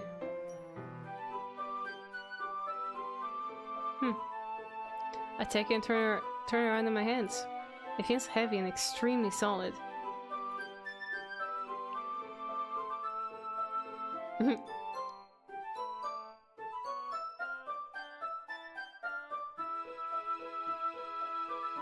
Depends on which commands you want. When it comes to the loyalty system, you can check the panels of the stream, since that should at least be available in mobile.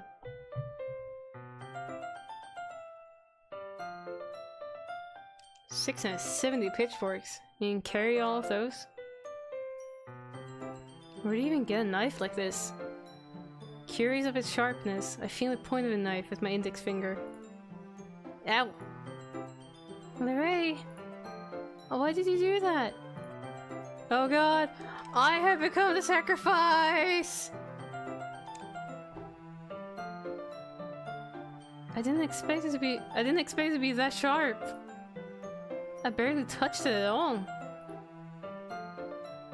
It's my fault. I should have warned you. This knife is extremely sharp. You can cut through skin like it's paper. Why do you know that? I mean, I get the small cut, but that makes it sound like it's a lot of skin you cut through. Oh no. A small drop of blood trickles down the side of my finger. Yuri takes my hand and gives the wound a closer look, and then licks it! No.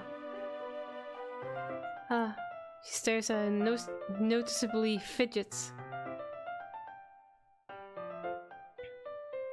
Oh god, Navcake, you might be right also. Oh fuck, dude. Oh fuck, dude. Oh, this game. Everyone's depressed and we just don't know it yet.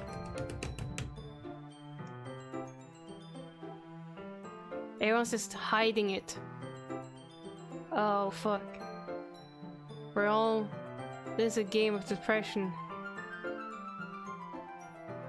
If you're squeamish, I'll go wash it off now.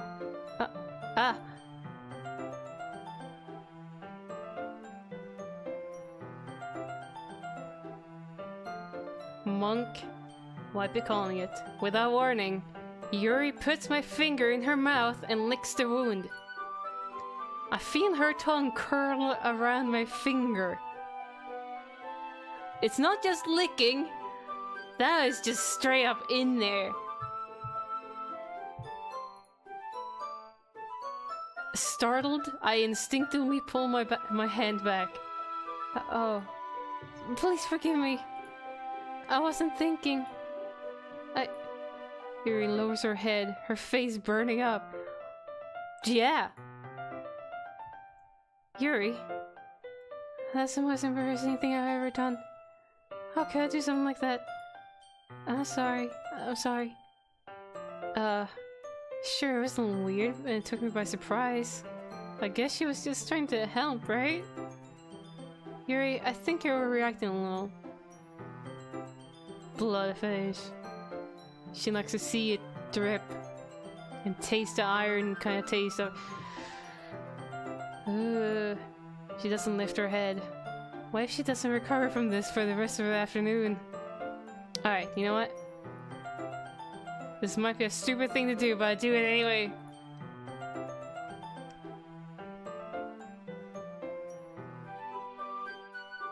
Next thing you know, she'll be cutting up the dick and licking that. I take Yuri's hand and lick her index finger in return. Larry! Do you really just do that? Now we're even. Yuri just looks at me like I did something wrong. I knew that would be a bad idea. If not for the sweet aroma of the jasmine oil, the air would be extremely heavy right now. You're so weird, Larry. Yuri giggles shyly. Eh? You're calling me weird? I have no response to that. Where do you keep your bandages? I don't think I need one actually. That's a tiny cut. Look, they already stopped bleeding. I see. That's relieving. Except I want more! The tension is quickly lifted. We each resume our respective activities.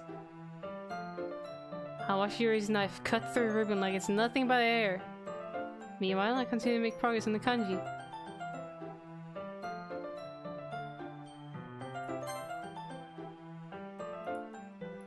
And that will be where we end today. I went an extra 5.